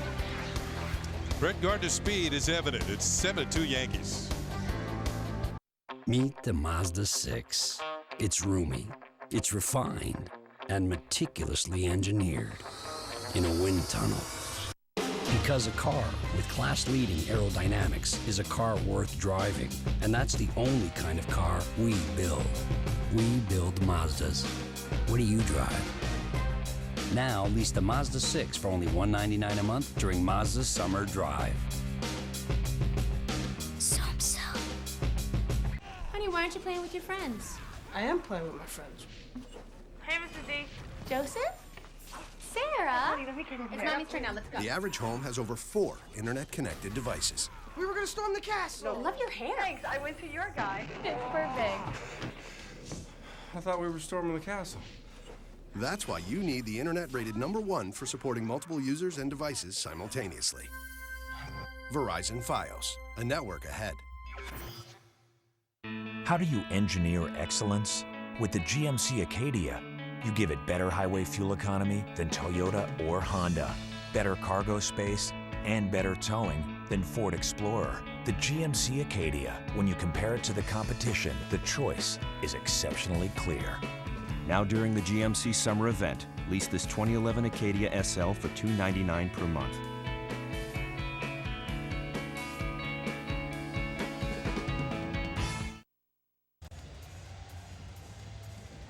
We talked about Phil Hughes and his outing today and what he needed to do, and we talked about swing and misses and get some life on that fastball, throw his curveball for strikes, and he answered the bell. Good tight curveballs and swing and misses on his fastball. Got the life back up in the zone. You hear the pop of the mitt. That's a nice outing from Phil Hughes. He certainly got what he was looking for, and I think Joe Girardi and Larry Rothschild liked what they saw too. 6 innings, 4 hits, 2 runs, 2 to 5 on base on balls to strikeouts, and 80 pitches. Phil Hughes stands to be the winner. If the Yankees can hold on here in the bottom of the 9th inning, they lead by a score of 7-2. Larry Rothschild, the pitching coach, will watch his left-hander Boone Logan come in the ball game. This will be his 35th appearance. He'll face Adam Lynn, a left-handed batter, then Edwin Encarnacion from the right-hand side of the plate, then Travis Snyder, another lefty.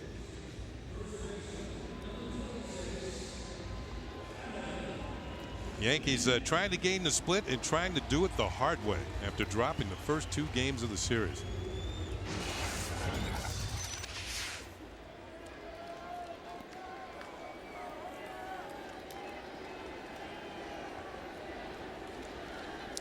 I mentioned once again a good crowd on hand. It was over 36,000.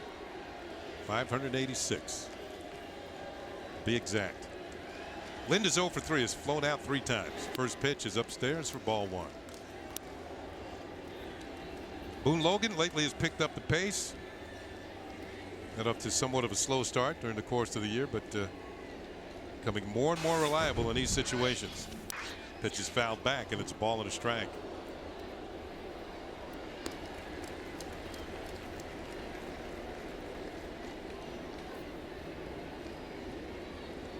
Luis Ayala is heating up in the pen. That pitch is a little high as he missed with the breaking ball, and it's 2 balls and a strike. Yeah, Joe Girardi does have the option of playing matchup here with a 5-run lead in the 9th inning. I think if he gets Lynn down, he might let him stay in to face Encarnacion, so he'll give a chance at Snyder. This pitch is fouled back, 2-2. You understand what I mean? Yeah, just that's a so good he point. doesn't burn up another pitcher.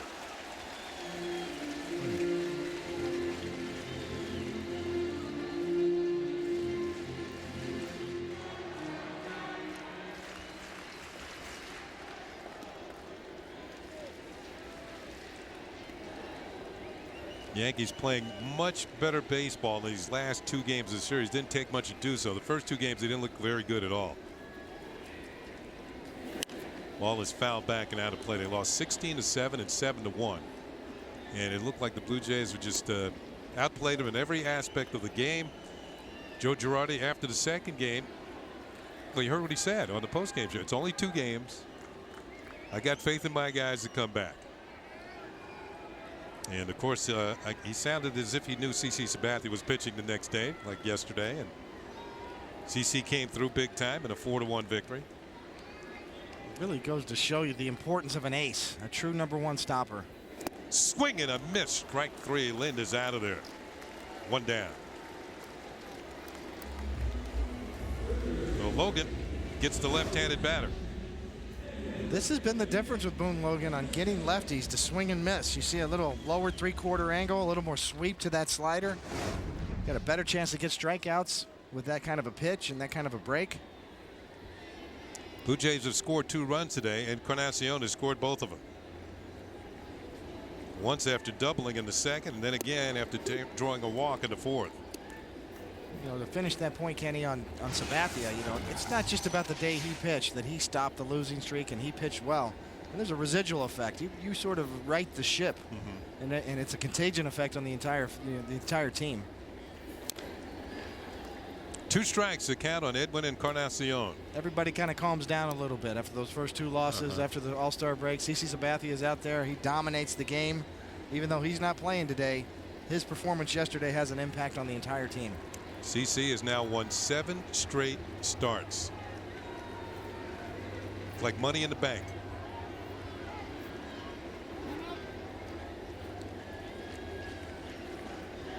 Took a lot of pressure off of Phil Hughes, too, because it would have been a little more difficult if the Yankees had lost 3 in a row. And counting on Phil Hughes to be the stopper today.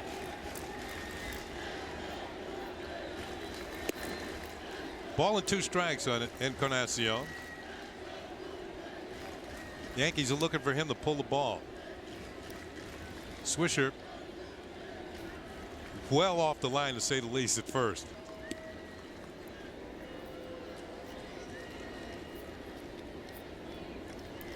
He's going to have to hustle to get back to first on a ground ball to the left side. Skip a little rope. Count is 2-2. Here's a look at Swish.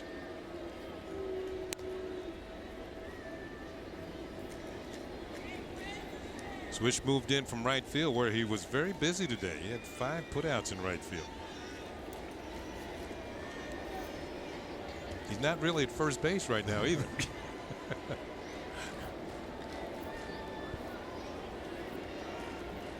2-2 pitch. Popped up. Swish with a long run. This is going to be back in the seats, though. He's going to take a look. That's all he's going to get.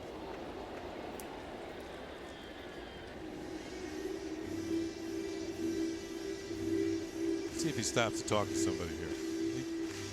He got something to say. Yeah, Swisher's got his swagger back, definitely. Yeah. He's really got it going offensively. A nice comeback from his early season struggles, and his personality's back. 2 hits, a run scored, and an RBI today. Nice 2 for 4 afternoon on getaway day. Makes the plane ride a lot nicer.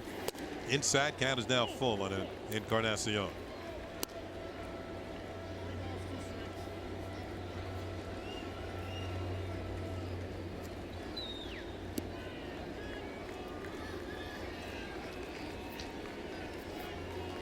A 2.5, maybe 3-hour flight down to Tampa. Full count, and the ball is foul tip into the glove of Russell Martin. And Boone Logan has struck out the first 2 hitters here in the 9th inning. Here's the McDonald's in-game box of the Toronto Blue Jays, and the big hitter today is Travis Snyder. 2 for 3, a double, an RBI. Snyder had a good series. 7 for 15. And he's up now representing the Blue Jays' last hopes. I think it was Snyder that had a game-winning hit against the Yankees earlier in this year up here at the Sky Dome, or rather the Rogers Center. Yeah, he did. That's strike 1 as it's fouled off to the left. Very popular player up here, Travis Snyder. Plays the game hard, hard-nosed player.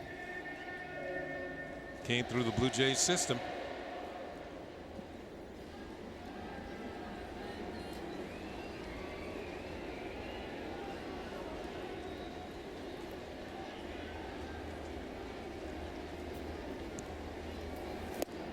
Here's that good slider you were talking about, David, and swung on and missed for strike 2. Now what does he do? Go a little further outside? See if he... Absolutely. I mean, we've seen Snyder struggle with breaking balls, especially from left-handed pitching. See if he can lead him back into the dugout here. There's no reason to try anything else.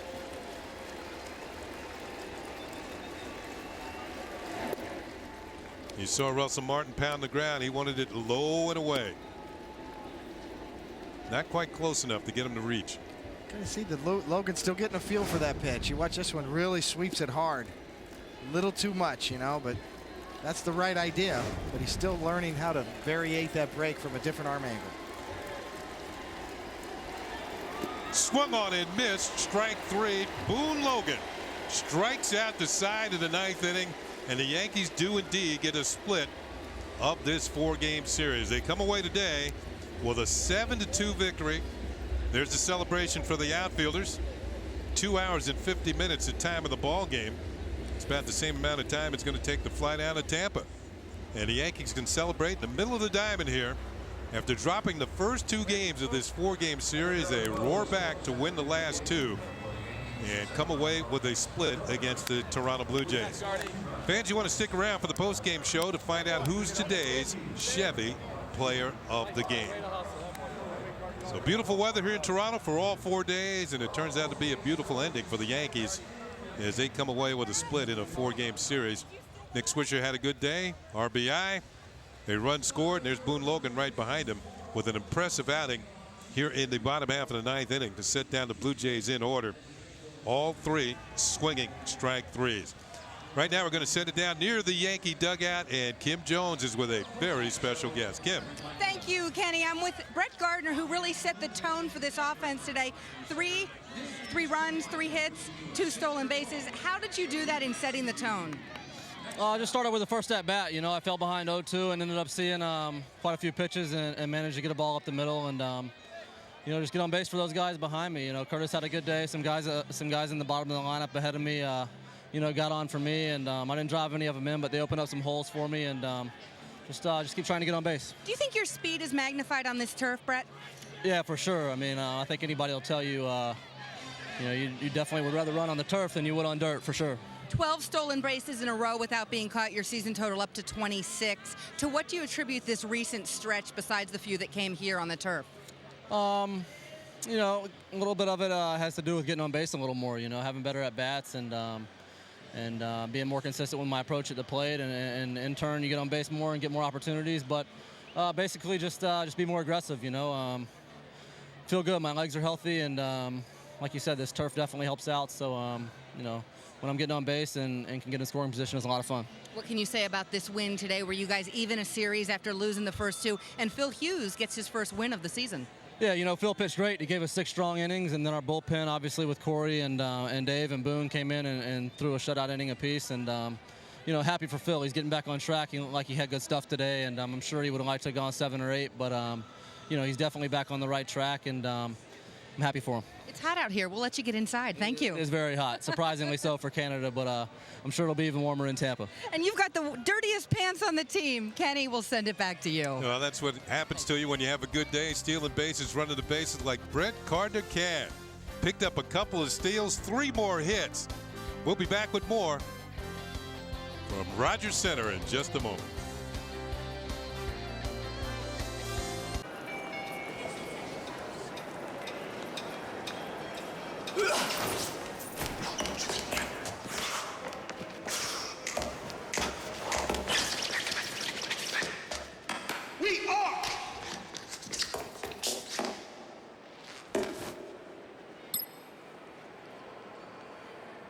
Got it.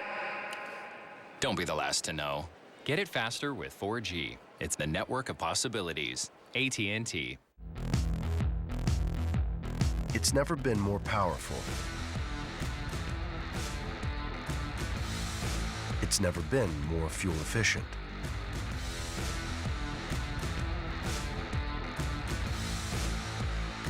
It's never been more BMW. The BMW 3 Series, the ultimate driving machine. Lease a BMW 328i for $359 a month until August 1st. Whether you're buying your first digital camera or have been a Shutterbug for years, 17th Street Photo is the right camera store for you. Come in and see our entire selection of Nikon cameras. The Nikon D3100, complete with an 18 to 55mm VR lens for only $699.95. Nikon's Coolpix S4100, 3-inch high-res touch panel color display and HD movie, $139.95. Nikon Inc. USA limited warranty included. So come see us at 17th Street Photo, the camera store with a personal touch.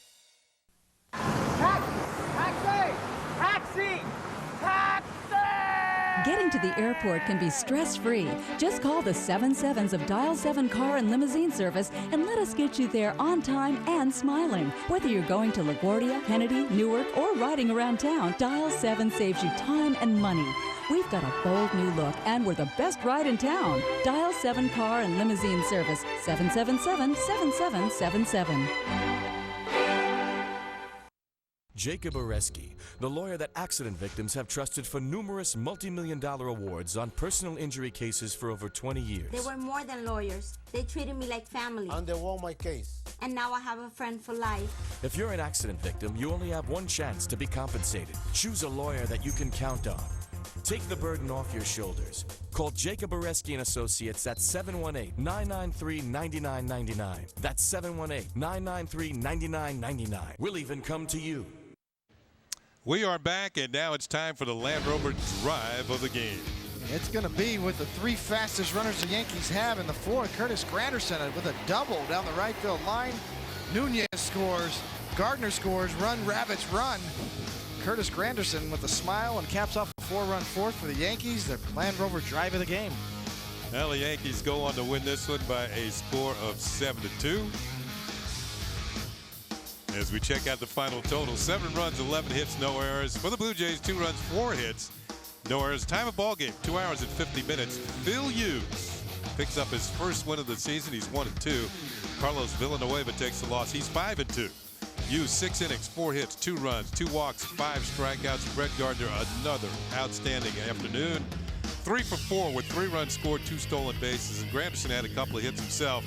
One was a double, 3 runs batted in, and a run scored. Coming up on the YES Network, stay tuned for the W.B. Mason postgame show with Bob Lorenz and Kim Jones.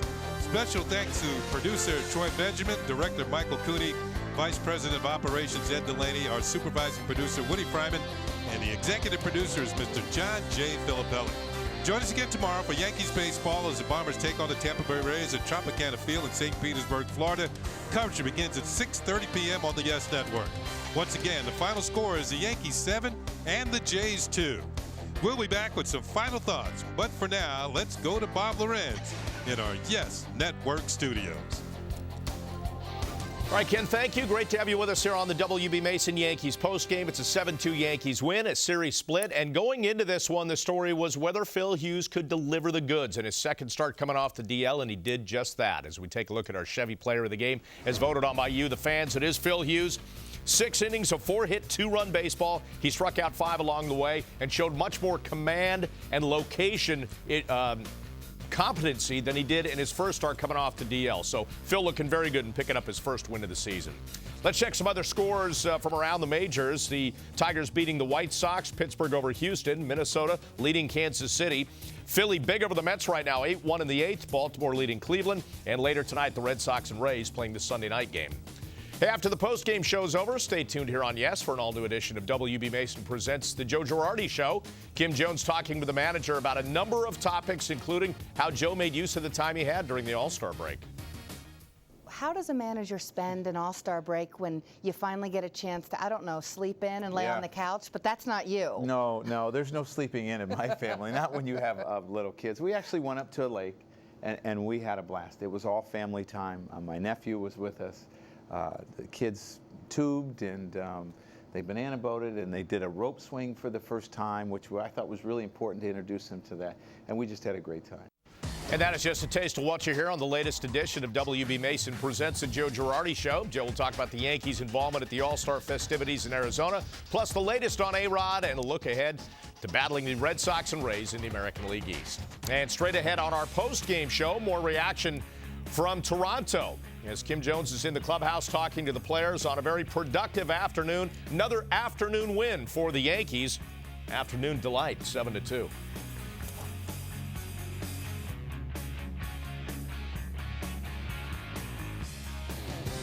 The Yankees postgame show on YES is presented by W.B. Mason. For office furniture and supplies at amazingly low prices, who but W.B. Mason?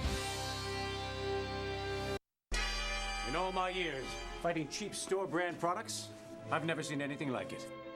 It's totally unreadable. Clearly they didn't use Avery labels with TrueBlock technology. Which hide previous labels and prevent smudging. They said these were just as good. Just as good. It's never, never, never just as good. Next time, buy right from W.B. Mason and get real Avery TrueBlock labels. At a price you'll love. Or who knows where your package might end up. Who but W.B. Mason? There are over 358 million trillion gallons of water on Earth. But not all water is created equal. Only 1/10000000% is filtered naturally beneath the earth, with a distinct balance of minerals, and emerges crisp and refreshing enough to be called Poland Spring. Poland Spring 100% natural spring water, born better.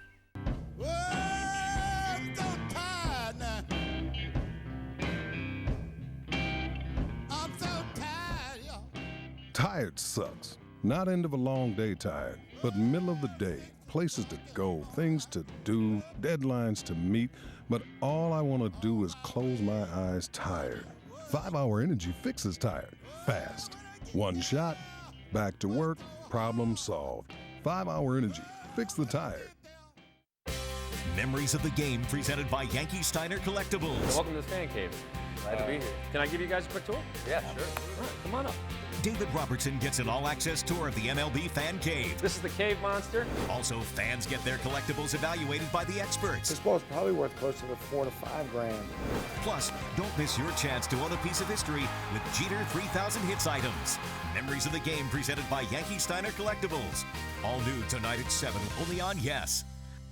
Will Fios really give me the best HD picture quality? Is Fios the most reliable internet in New York? As Fios installers, we get a lot of questions from New Yorkers that we get to say yes to. But the one question we get asked again and again, do I have to sign a term contract? And the answer is simple, no. Has service this good? Doesn't need a term contract. Join over 1 million people in the tri-state area who've switched to Fios. Switch today with the option of no term contract. Call now to get TV, internet, and phone, and you can get a free multi-room DVR for the life of your service. Call 1-888-GET-FIOS today. Fios, a network ahead. And we're back once again on the WB Mason Yankees postgame. It's a 7-2 Yankees win in Toronto and a series split. Let's get to the game highlights now. They're presented, as always, by Lincoln. We'll start top of the first. Opportunity for Nick Swisher. Bases loaded, and he comes up with a base hit to right, a laser beam that can only score one. Brett Gardner from third. It's 1-0 Yanks. Bottom two, runner on second, Travis Snyder. Sending one the other way off Phil Hughes. Edwin Encarnacion will head home and slide in ahead of the throw and tie the game at 1. So Hughes at that point giving that one run right back. But then he'd escape further damage, strikes out J.P. Arancibia for the second out, and then gets Corey Patterson to pop out to short to end the frame with a man on second. On to the top of the fourth, another opportunity for the Yankees. A man aboard, Russell Martin, deep into the gap in right center. And this one is going to bounce to the wall as Swisher comes in all the way from first to score on the RBI double from Russell Martin, and the Yankees regain the lead 2-1. Then later in that fourth, 2-on, 2-out, Curtis Granderson. Sharp liner into the right field corner. Corey Patterson will cut it off, but Eduardo Nunez and Brett Gardner score. Granderson has a double. It's a 2-run batted in double, and it's 5-1 Yanks. Bottom of the fourth, after he allowed a run on a sac fly, Hughes struck out the next batter, Arancibia, to end the inning. Bottom five, getting a little help from his D. Rajat Davis lining one right at Ramiro Pena. Game-saving maybe and face-saving. Next batter, Hughes, strikes out Thames for the third time on the day to end the fifth. Bottom six, he allowed a leadoff walk, but then that was it. Hughes retired the next three batters, gets Travis Snyder to fly out to right. That would end his day. Hughes, 2 runs over 6 innings of work. Solid work. Top of the ninth, Brett Gardner drew a walk, then takes off for second, and he's in there with his second stolen base of the day, a perfect 12 for 12. In his last 12 attempts. That same at bat, Granderson, base hit to the right side. Gardner will race around and put the Yankees up 7-2 for Granderson, his third run batted in on the day, and Gardner's third run scored. It is a 7-2 Yankees win as they improve to 55-37, and Phil Hughes gets his first win of the season.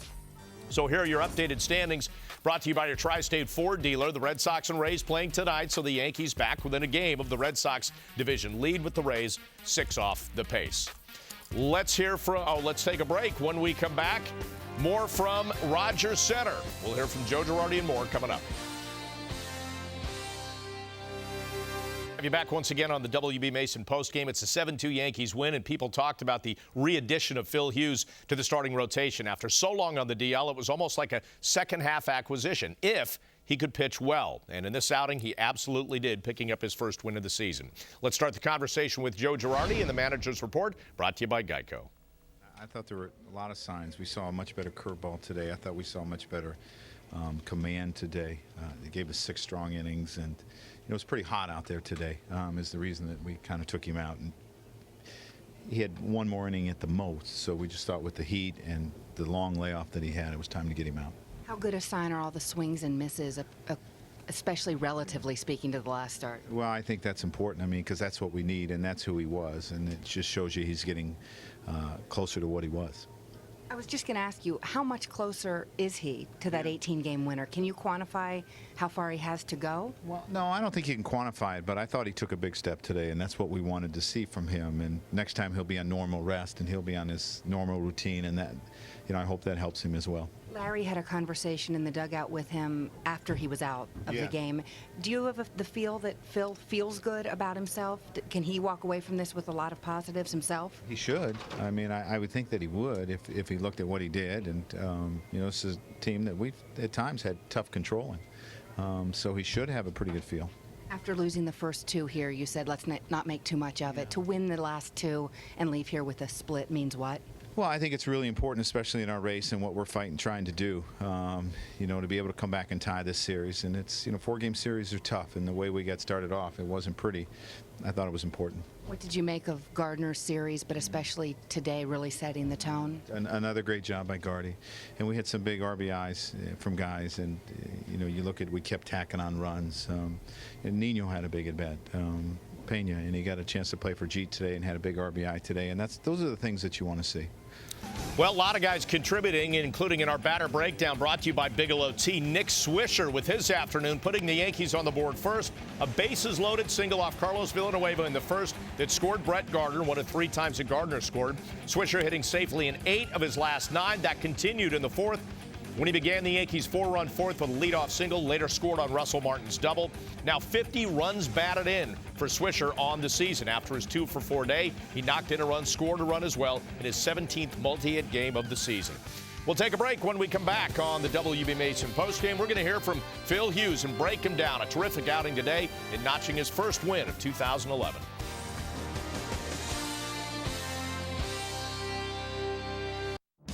About Phil Hughes looking for his first win of the year and just find the command and the consistency, and he got it. He struck out Eric Thames looking, second inning, JP Arancibia.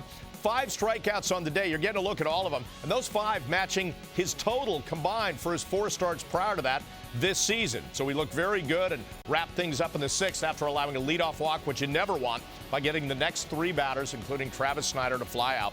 For the 6 innings, Hughes faced 4 batters or less. Very efficient. 80 pitches, 45 fastballs, 25 curves, 10 cutters. That's your Land Rover pitching performance. As we look at the matchup against Carlos Villanueva, who beat the Yankees earlier this year, simply outdueled him. Once he gave 1 run back, that was about it. They got just 2 runs off, Phil. Let's find out what was working for him. Well, it's not 18, but it's a start, Yeah, it's a good feeling. We swung the bats well today, and it wasn't at my absolute best, but it was good enough. When I asked Joe the ways in which you made progress, though, he went down a list. Where do you start with the things that you saw improvement in? There's a couple of mechanical things that I fixed a little bit in my sides, but that'll be a continuous sort of effort. It's not going to be perfect day one, and I knew that coming in, so I just tried to make some adjustments and be a little bit better than last time, and I felt like I was, and hopefully I can be a little bit better next time out. Getting swings and misses, is that toward the top of the list also? Yeah, that was a good feeling. I got some swings and misses on my fastball, and I was able to elevate it when I needed to, and that was a good sign. So it helps a lot when you're in those jams to be able to get a big strikeout when you need it, and so that was good. How much did the curve help you today, and was it more of the power curve you've been striding towards? I thought it was. I thought I made some improvements with it, and gave guys less time to react, and that's what you're aiming for. You want to fool them, but at the same time, you don't want them to be able to readjust for a slower breaking ball. So, it wasn't as big, but I felt like I got fooled a couple more guys than I normally would with my other one. So that was a good thing as well. When you were finished, we didn't know you were out of the game yet, but we saw you talking to Larry in the dugout for a little while. What was his commentary on the outing? I was obviously trying to go back out there and. For a 7th? Yeah, and he said that just because of the heat and everything that it was good enough right there. So we just had a little chat back and forth. I said my 2 cents, but the manager gets his way in the end. So that was that. Well, Phil got a rest after 6 hot innings. A guy who had a hot series was Brett Gardner, including Another 9 good innings today. We'll break down Gardner and hear from him coming up. Leaders in the American League brought to you by Toyota. Jacoby Ellsbury leading the pack at 28, but Brett Gardner is on an absolute run. 26, a perfect 12 for 12. He hasn't been caught since June 19th. Why is he doing so well? Kim Jones found out. A little bit of it has to do with getting on base a little more, having better at-bats and being more consistent with my approach at the plate. And in turn, you get on base more and get more opportunities. But basically just be more aggressive, Feel good. My legs are healthy, and like you said, this turf definitely helps out. So, when I'm getting on base and can get in scoring position, it's a lot of fun. Hey, take a guess who our Mazda Clutch Player of the Week is. It's Brett Gardner. Again, the stolen base run, the igniter off the top, and in this series, 10 for 16, 3 doubles, 5 runs, and 3 stolen bases. Getting after it after the All-Star break. Hey, in case you missed any part of our Yankees Blue Jays recap, you can view a condensed version. Just go to yesnetwork.com and click on Post Game Plus, presented by Bigelow Tea. View the top plays and here's some of the post-game reaction, including Phil Hughes on winning his first game of the season. We'll take a final break here on the WB Mason post game when we wrap things up from Toronto and spin things ahead to 4 games.